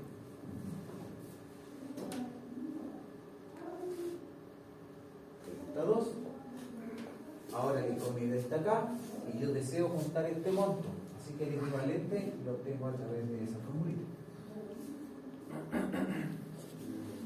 ¿Ya? Ese es el ejercicio básico de mover dinero en el tiempo. Tengo una pequeña. Si yo, en el mismo caso, por ejemplo, si usted quiere, no sé, pagar la universidad de su hijo a los 18 años, ¿cómo usted puede determinar el interés ahí? ¿Qué es El interés, tú deberías, depende de dónde vayas a guardar el dinero. Si es a plazo fijo, tú tienes que preguntarle a una institución financiera, oye, a 12, a 18 años, ¿cuánto cerramos el negocio? Porque es un contrato. ¿Sí? El tema a discutir es que va a haber inflación. ¿Sí? Y ahí, ¿qué es lo que podemos hacer nosotros? Si los bancos son tan buenos de los amigos, deberíamos transformar la plata en UF. ¿Sabe lo que es la UF o no? ¿Pero qué significa en términos prácticos? Como la plata, el valor del peso chileno. Ya, ustedes saben que en Argentina tienen dos valores del dólar. Nosotros en Chile tenemos la UF y el peso. Y para que no nos sintamos engañados, usamos nombres distintos, pero al final es lo mismo. ¿Sí? La UF es lo que a mí me sirve, porque si el Shockman a mí me cuesta 0,1 UF, en 10 años más me va a seguir costando 0,1 UF, entendiendo que la tecnología con la que se fabrica el Shockman no cambia. ¿Sí? Pero en pesos, el peso va escalando, la UF siempre va acumulando más valor del dólar, o sea, la UF se mantiene constante a costa de que el precio del peso se va depreciando, se va devaluando. Entonces, si yo intento comprar un Shockman ahora, ¿cuánto vale? ¿200 pesos? ¿250? 350. En 10 años más me va a estar costando 500 en pesos. Pero en UF es lo mismo. Entonces, cuando nosotros invertimos a largo plazo, lo que queremos hacer es hacer el quite de la inflación. Por eso, voy en UF. ¿Y qué es lo que no hacen los bancos? No te reconocen. No te reconocen. Pero De hecho, para el cuando préstamo hipotecario, por ejemplo, siempre es mejor no es como en peso. Pero que está en UF, está evaluado en UF, pero te lo están cobrando en pesos. Al final es en No hay pesos. ninguna que sea en peso. Al Todo final en es en peso. pesos. Entonces, Sí, a los argentinos Sí, bueno. los engañan por esa vía, a nosotros es lo mismo. Con respecto a la acción 1B, ¿cuál es esa acción y UF? ¿Cobrar acción en UF? No. Siempre el peso. De hecho, la UF es tú puedes transformar el dinero en UF. Cuando tú dices, va a haber mucha inflación este año, compra UF. Pero no hay inversiones, o sea, hubo en algún momento inversiones en UF. Pero tenían interés cero. Claro. Eso Pero- todo el Banco de Chile la tiene. Pero no sabes cómo todavía lo tienen. Ya, lo lógico sería que si tú estás generando valor y ellos están generando valor con el dinero, a ti te dijeran, si tú quieres un depósito a largo plazo, Claro, sería nuevo. transformarlo en UF y la tasa de interés es más baja que la que se maneja en el Sí. mercado, pero es fija. Tú sabes que va a ganar. Claro. Eso no pasa. Y eso es un machito. Por eso. Es un machito. Hay alguien que se está aprovechando de eso. Obvio, sí. Nunca van a perder los bancos. Y se parece que la regla la pusieron. Sí, es que lo han puesto ellos. Ya, ahora vamos a mover dinero. Ya, no, la próxima clase de sábado vamos a ver esto de los pagos uniformes, cuando te dicen, mira, yo todos los meses quiero guardar una cierta cantidad de dinero en el banco y quiero después sumar 10 años después cuánto tengo. Y después cuando nos pongamos más creativos vamos a hacer una cosa más dinámica, vamos a poner una cantidad ahora y después cada mes vamos a meter plata y vamos a ver cuánto nos queda al final. ¿Ya? Pero antes de llegar a eso, tenemos que entender los siguientes ejemplos. Se llaman en este documento movimiento del dinero. Lo que vamos a hacer es mover el dinero a distintos periodos de tiempo. Recuerden que acá existe el concepto de inflación, perdón, de interés, donde el concepto de interés te indica la diferencia de valor del dinero en el tiempo. El interés es un valor positivo. ¿Por qué? Porque obviamente si yo lo voy moviendo el dinero en el tiempo, lo estoy multiplicando por un factor, lo estoy haciendo crecer. El dinero del futuro vale menos, por lo tanto su monto tiene que ser mayor. ¿Ya? Ese es el fenómeno que estamos escribiendo. Para fines de, podemos pensar que pedimos plata y se acumula interés, etcétera, o cuánto vamos a tener. Pero básicamente lo que estamos haciendo es moviendo el dinero en distintos momentos del tiempo. Ya, lo primero que dice es que tenemos este monto del periodo cero. O sea, tenemos 1000 en el periodo cero y lo queremos, dice la pregunta, ¿a cuánto equivale P un año después? Sí. 50. Con 5% de interés. ¿Cómo sería la formulita? Sería la F es igual a 1000 por. Ya, no le vamos a poner F ahora, sino que simplemente como nos está haciendo una pregunta así concreta, no le vamos a colocar F es igual a tanto, sino que vamos a colocar el monto. 1000 por 1 más 0,05. 1000. ¿Y el interés cuánto era? 5%. 1,05 elevado a 12. a 1. No, a 1 porque por menos. A 1. Que el interés es 5% por periodo y nos está diciendo, bueno, que este tengo que moverlo allá. Y eso me da 1050. 1050. Ah, no. O sea, 1050 en un año más es lo mismo que 1000 ahora. Sí, porque un año. Después dice a 3 años. Después dice si lo queremos mover 3 años después, es decir, este lo vamos a mover al periodo de acá. ¿Cómo cambiaría la expresión? Arriba cambia el 3 por 1. 3 periodos. Y ahí está el Entonces, cada vez que yo quiero mover un dinero hacia la derecha, uso esa expresión donde estoy multiplicando y cuento cuántos periodos lo quiero mover al futuro. 1, 2, 3. ¿Ya? Vamos a cambiar la pregunta. Y ahora yo les voy a decir que tenemos 1000 del periodo 3. ¿A cuánto equivale 2 años después?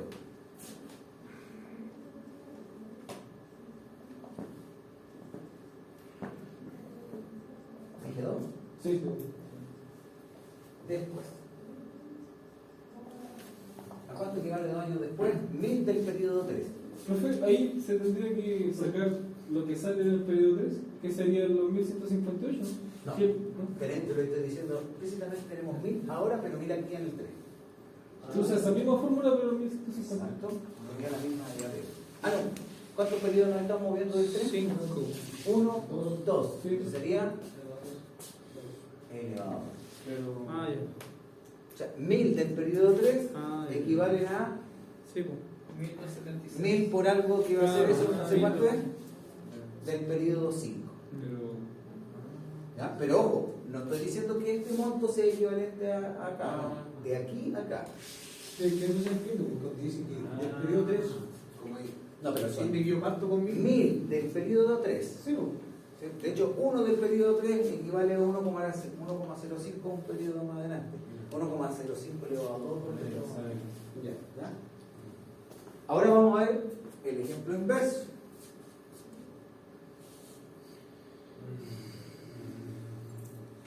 Tenemos ese dinero en el año 5. Y lo que nos plantea, bueno, seguimos con el 5% de interés, ¿cuál es el equivalente de F, que es 1000, en el año 3? ¿Cuánto por ciento? No es la misma expresión, En la F partió, o sea, el monto final partió. sería este que está acá. Por lo tanto sería F, que es 1000, y lo estamos moviendo ¿cuántos periodos? 1,05 y lo estamos moviendo 2 a la izquierda. F en 1000 y lo estamos moviendo al periodo 3 y al periodo acá. ¿Y esta flechita sería más grande que esa o más chica? Más chica. Estamos dividiendo por un número que es mayor que 1. Ya, y llevándolo al año 0, ¿cuántos periodos nos estamos moviendo? 1, 2, 3, 4, 5. menos Siempre positivo, sí. Ah. Por eso el factor está abajo. Claro. Si queremos lo multiplicamos arriba y le colocamos negativo. Prefiero que no. Ya. Prefiero que manejemos dos expresiones distintas, una vamos a ir a la derecha y otra por la izquierda. ¿Ya? Puede ser el valor que uno puso inicialmente. Y para terminar, vamos a hacer un ejercicio. Aquí es donde yo fallo con la cuestión de la pizarra. Vamos a ver si podemos mandarla.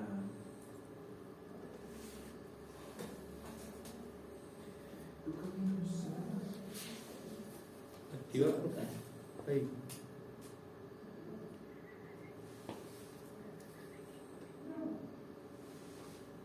No se ve nada.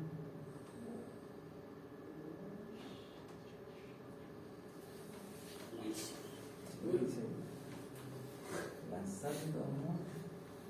Se va. Vamos a seguir con mi computadora, ¿no? Estoy muy mal con... Arriba, profe. No está habilitada. Esa, La derecha. esa es cierto. Está ahí. A veces prender y apagar. La más acá. Esa. Ahí está la cámara, está apagada. A la derecha. A su izquierda, no sé si está. Ahí. Esa. Esa. No se ve nada. Pero a lo mejor está bien, quizás tiene que prender. Activarla. Ah. A prenderla. ¿Está prendido? Vamos a ver acá. Ah, ahí está.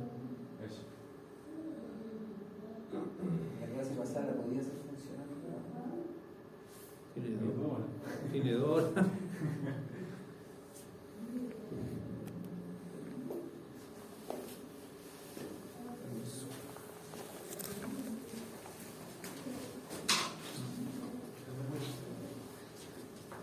Está durmiendo, dice. Ahí apareció otro arriba.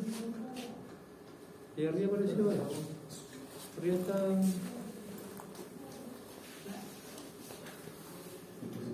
Está durmiendo, dijo. Pero ahí arriba se vio de repente. Apareció.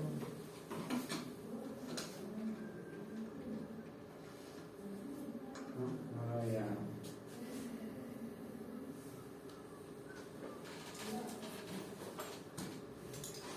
Voy a dar el segundo. A ver.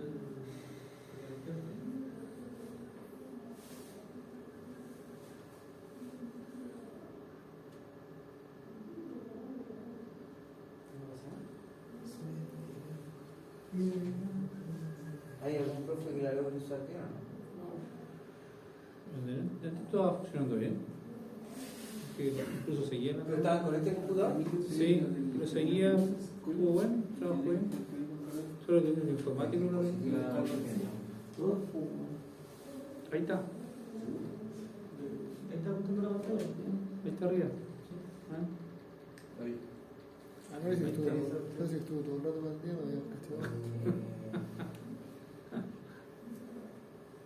Ah, Ahí. estoy en la otra pizarra. Está yendo para allá. Sí. Se verá Está mejor la de acá. apuntando para el otro. Allá. Como invertida. A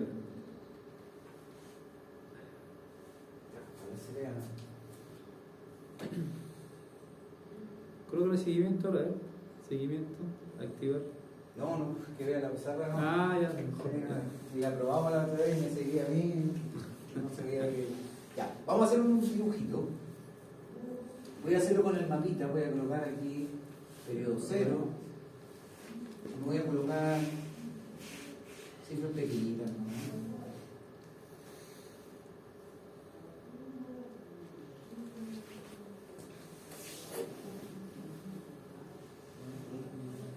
No está escala.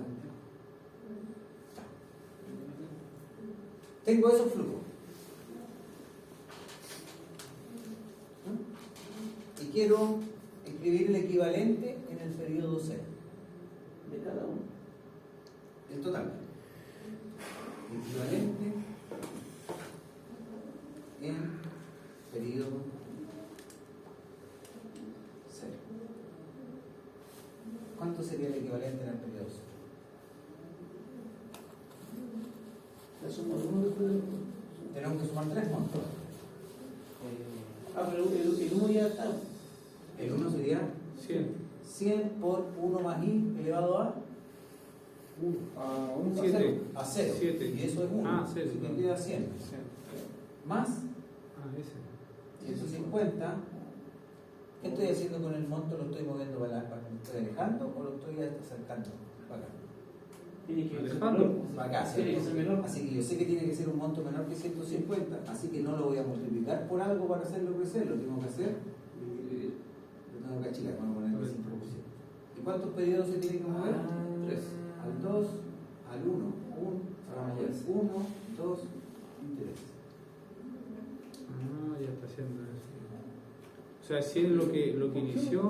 129,57.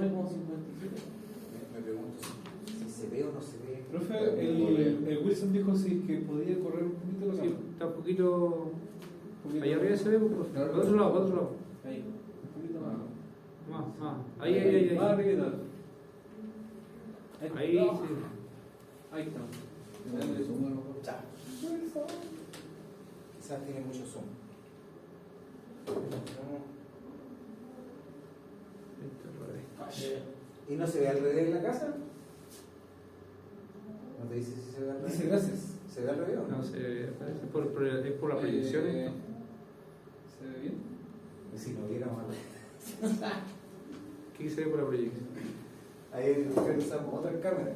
Esta se ve bien. La otra hay que apretarle un botón y se ve nítido. La otra está nítido. Costó cuánto, como un semestre que se usara bien el sistema. Y ahora estoy diciendo que lo quieren cambiar y yo le digo, no, lo cambio, que es 5 por 1. Si el problema del factor humano que no lo va a solucionar, no. Ya. ¿Y este? 200 dividido por 1,05 le va a dar 6, 5, 4. Siempre es mejor contar, ¿ah? 1, 2, 3, 4, 5, 6, 7. Listo. Sabemos que esto es menor que 200 y eso es lo que nos interesa. ¿Sí? A largo plazo probablemente no se acuerdan de la ecuación ni de la formulita, pero se tienen que acordar que es menos. Que había por ahí algo. ¿Ahí cuánto de interés está poniendo? 5%. 5%. Ah, ya. Ya, no voy a colocar el total, lo calculan ustedes después. Ya, vamos a escribir el equivalente en el periodo 3 y ese no va a ser distinto. 129,55. Equivalente en periodo 3.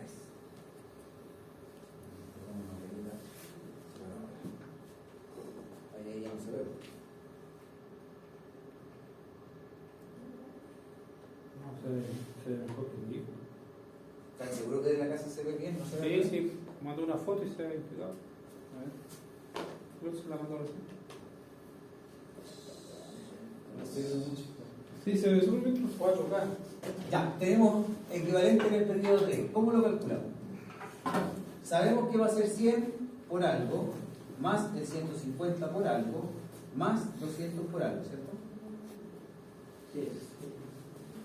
Este está en periodo 3, así que queda Dividido. igual. Este queda en el periodo 3 y este está en el periodo 3. Así que este queda igual. Pero este lo tenemos que correr a futuro. ¿Es más grande o más chico? Es más grande. Es más grande porque a la derecha vale menos. Es raro, ¿cierto? Sí. Es más grande porque vale menos, es para compensar. Por lo tanto, este lo multiplicamos por 1,05 y lo estamos moviendo 1, 2, 3 veces. Y este 200, lo voy a colocar para acá. Pero al final todo se suma. Siempre se suma. Este lo tenemos que mover para acá. ¿Se chica o se agranda? Se chica. Así lo tengo que dividir, ¿cierto? Ah, ese es el cambio. Y ahí, Si va para atrás, 1, 2, 3, tenés 4. que dividirlo. Si viene a la Ah, sí. derecha, multiplicarlo ya. Ya, después vamos a hacer esto con el Excel, calculando cosas. Nos va a interesar en particular al periodo 0. Particular al periodo 0. Ni siquiera nos vamos a dar cuenta que estamos haciendo esto, pero eso es lo que vamos a estar haciendo en todo el rato. Ya. Ahí, sáquenle foto a eso, porque lo vamos a borrar y yo voy a colocar, hacer unas pequeñas modificaciones para tener todo el ejercicio en uno. Dígale un botón para que sale esto. La captura ya me están pidiendo. Debe haber uno que hace el.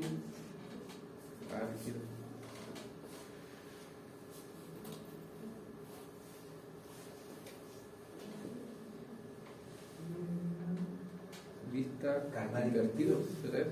Puede ser. Maybe. ¿Verdad?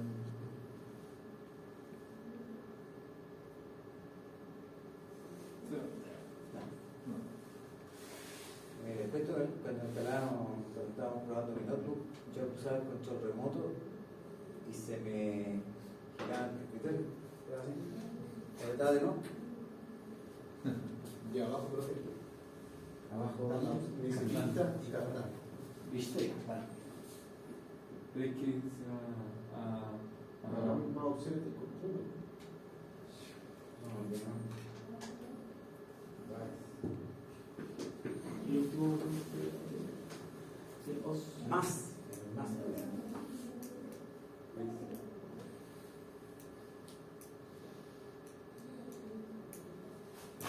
Horizontal.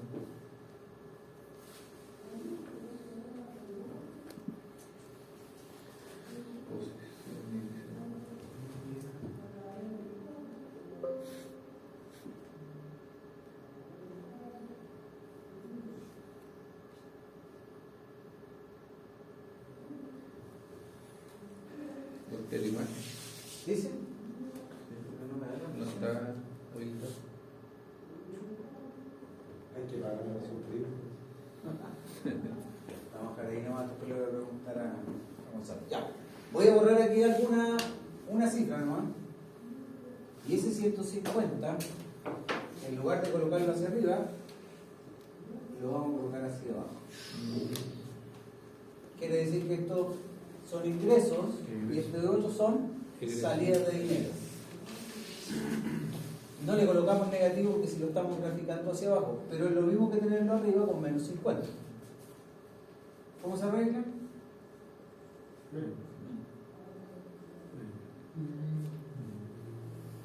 Así de simple.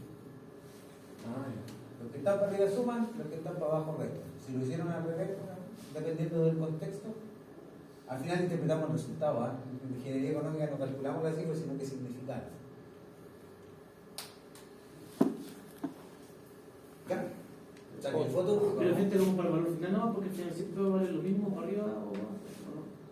Sí, pero es que acá lo Está estamos restando, restando. sí. Sí. ¿Qué va al total? Me refiero, sí. Estos dos que estamos calculando ahora son distintos. Pero vamos a volver a la situación original. ¿Le sacaron foto? Mándela al grupo. Un segundo. ¿Me pueden sacar a eso después le entiendo? No se ve el color. Casi no se ve. Ya, vamos a volver a la situación original. Yo voy a hacer otra magia. Dije la situación.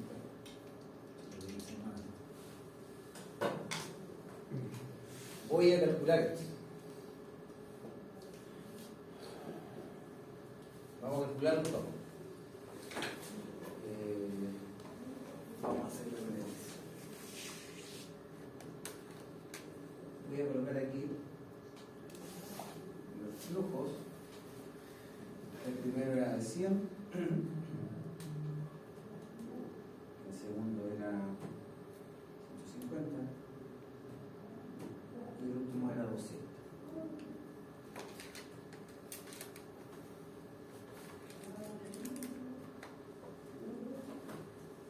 Ese lo vamos a multiplicar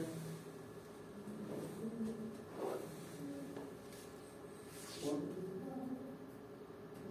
1.05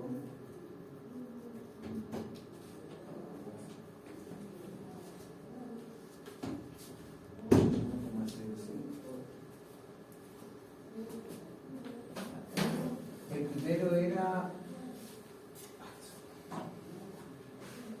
Le voy a colocar aquí la cantidad de periodos, solamente para que me quede fácil esta la fórmula.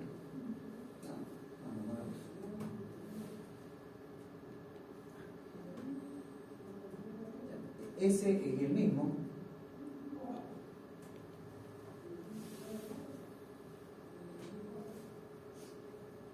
El otro, 150 dividido por. Aquí podemos usar esto que se llama potencia. Le colocamos el valor 1,05, que es la tasa de interés, punto y coma, y después le colocamos la cantidad de periodos, menos 3. No, porque estoy elevándolo a menos 3. O si quieren le colocan el signo, ese como triangulito de elevado, le colocan menos 3. Yo creo que ese es más. ¿Profesor? Dime. En el caso anterior, cuando supuso que los 150 eran pérdida, abajo igual se restaba, me imagino. Aquí, Sí. sí, pues ahí le puse negativo y negativo. Ah, puso dos negativos, tú también. Sí. Ya. El monto dividido por 1,5 elevado a 3, y eso se escribe, bueno, primer paréntesis, hay un paréntesis primero, 1,05 elevado a 3. Y ahí le pongo dos paréntesis,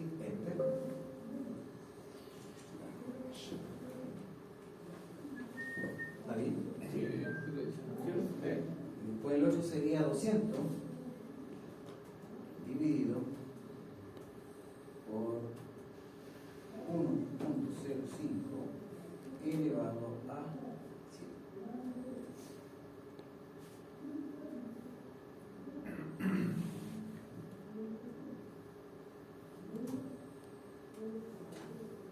Sumo todo eso.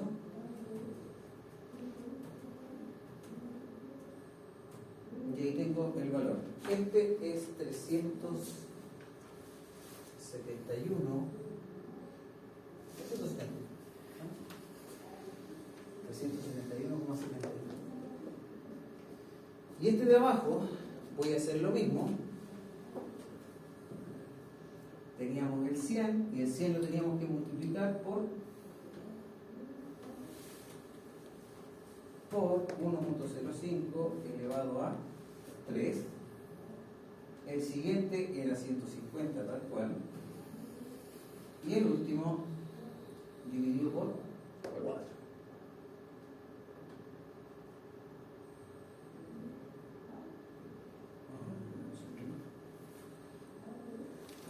El primero que da la cosa. ¿Ah? El 222 se le puso un número ahí entre medio. Ese es 300%.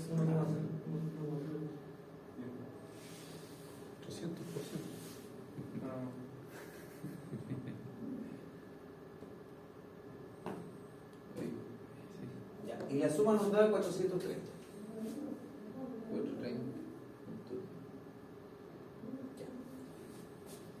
Esto en el periodo 0 es equivalente a eso, y esto mismo en el periodo 3 vale eso. ¿Están de acuerdo? Sí. Ya. Yo voy a hacer un monito. De hecho, ahora voy a apagar el. Pero va a quedar igual que.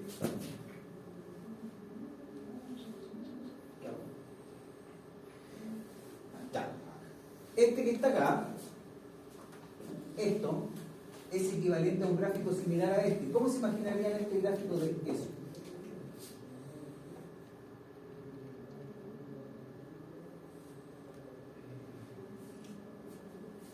Este es lo mismo que este. ¿Sí? De hecho, lo que hicimos fue tomar esto y llevarlo acá, así que conseguimos eso. Y este que está acá, para el periodo 3, lo movemos al periodo 3, ¿cierto? Sí. 430, Un poquito más. esto es lo mismo que esto, son equivalentes gráficamente. De hecho, esa equivalencia la podemos explicar con cifras. ¿Por qué? Porque yo sé que este valor está en el periodo 0. Si yo lo llevo al periodo 3, me tiene que sumar 430. ¿Cómo lo hago? Pues estoy proyectando.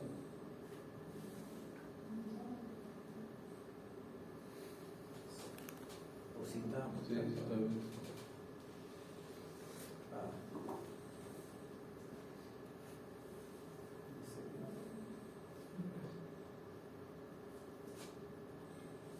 Ya, ahora, este valor que está acá, yo lo quiero llevar al periodo 3. Así que sé que esto, para conseguir el monto que va acá, va a ser 371,71 multiplicado por 1,05 y eso elevado a 1, 2, 3. Calcúlense esa en el, vamos a hacer en el teléfono. Sé que tiene que dar 403. Sí, es lo mismo. ¿Da? 430. Y si este lo quiero llevar acá, 430 dividido por 1,05 elevado a. Sí. ¿Sí? Sí. Eso es lo que vamos a hacer bueno, no es lo que vamos a hacer siempre para evaluar proyectos, pero esa es la herramienta fundamental para evaluar proyectos. Y lo llevamos siempre al periodo 0 porque es en el periodo en el cual la magnitud de dinero para mí es más comprensible. ¿Sí? El resto es interpretar bien lo que estamos calculando, que por ahí hay un tipo.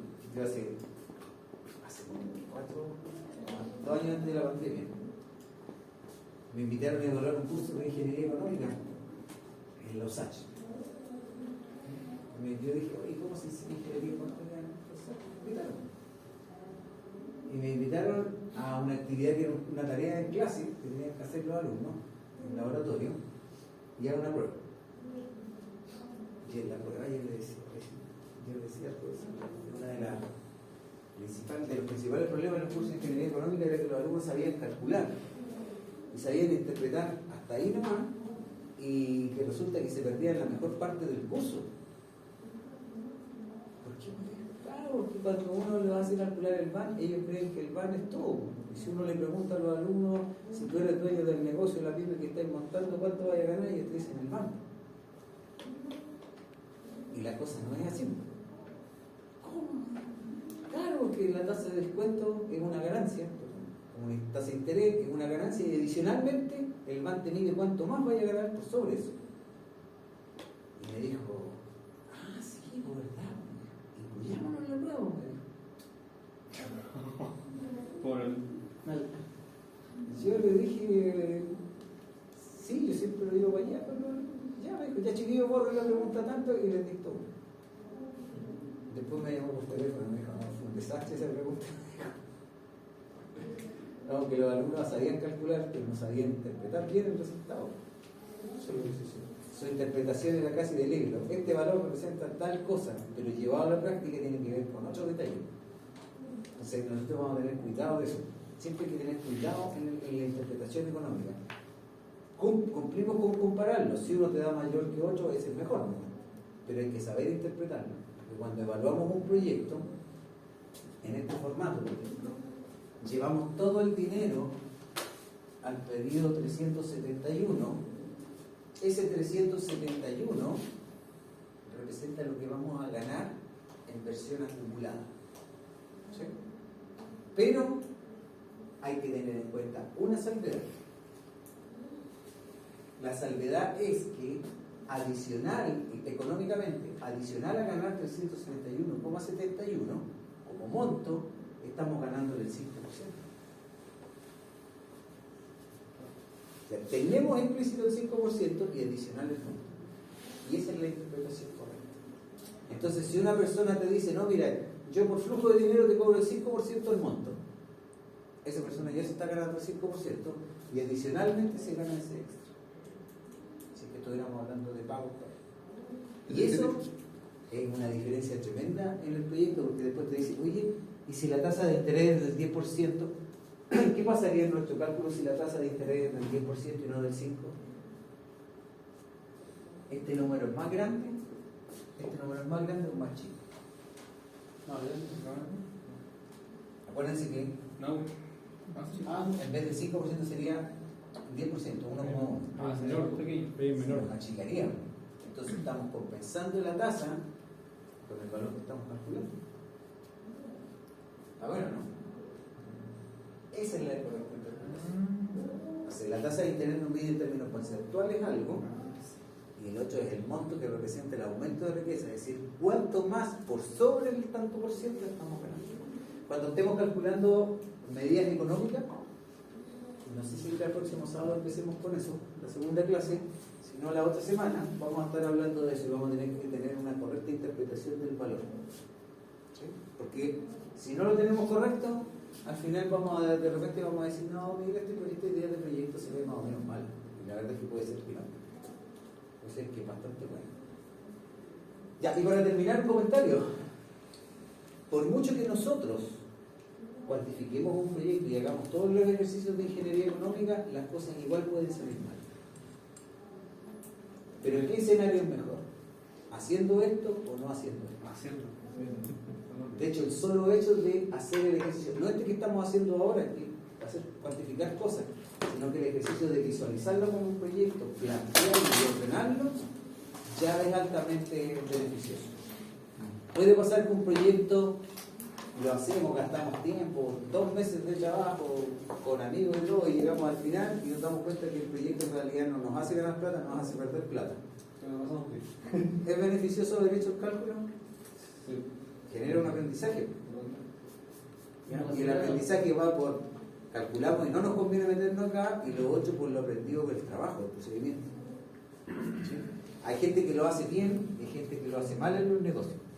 Por ejemplo, mi papá lo hace mal. Mi papá lo hace mal. Él ya jubilado efectivamente, le gusta hacer cosas. Nunca estudió una carrera, pero mi familia por parte de abuelo, de papá, es familia de herreros.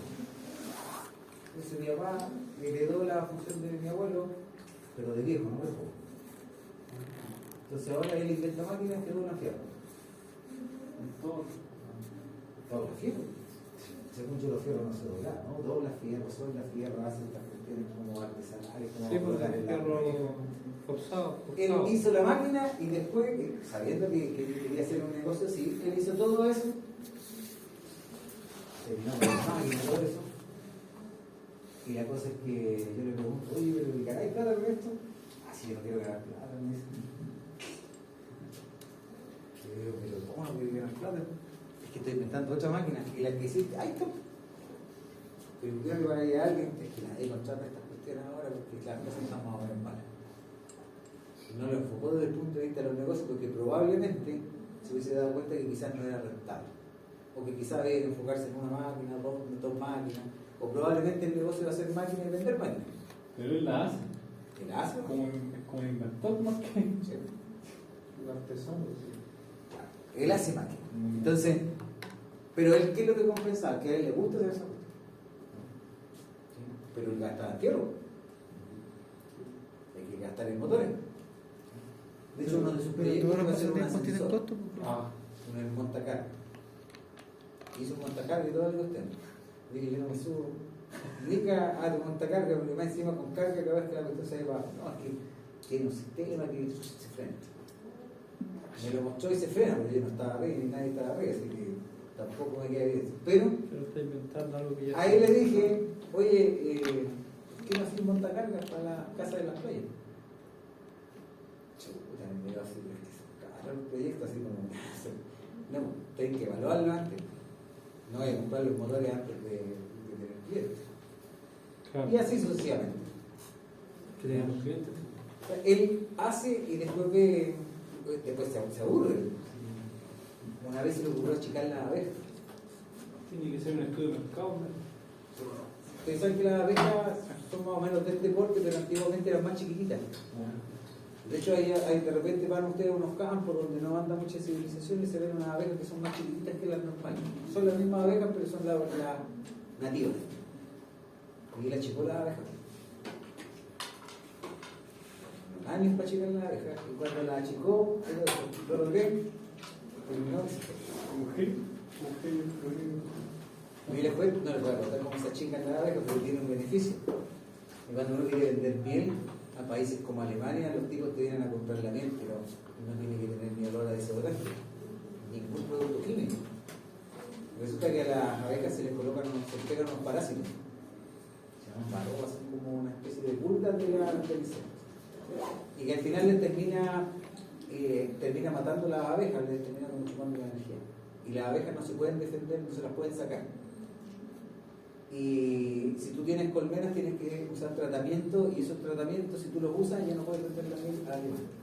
Entonces si te quedaste con 3.000 kilos, 5.000 kilos, se lo tienes que vender a nivel nacional. ¿Sí? A nivel nacional se vende, pero tú te demoras un buen periodo en venderlo al detalle. En cambio cuando tú vendes un montón para afuera, de hecho los tipos te lo vienen a buscar a puerto, te pagan todo a ti. Entonces, ese es el mejor negocio porque le cae una buena ganancia al inicio y ese era el beneficio, pero una vez que lo hizo, se aburrió que quería hacer otras cosas. Y la gracia es que la abeja chica, el parásito, se le pega igual a la abeja, pero las abejas que están al lado se las limpian. Es como cuando los monos le sacan los piojos a los chimonos, entre las abejas se limpian y todo eso, esos bichos no tienen la capacidad de mantenerse apretados. Bueno, ¿no? Imagínense cuánto vale un proyecto así. Hay que saber. Pero tiene complicaciones eso de la abeja, porque por mucho que tú achiques la abeja, si pasan una carretera muy cerca de donde tú tienes la abeja, igual la miel te va a salir contaminada con, no sé, pues con el tema del combustible, de la producción. En Chile no es tanto porque no hay tanto plomo dando vuelta en el aire, pero igual, imagínense si eso trabaja. Y ahora está la tecnología para hacerlo más rápido, lo que pasa es que no todos saben achicar la abeja. No me ocurrió nunca sacar una vez. Sí.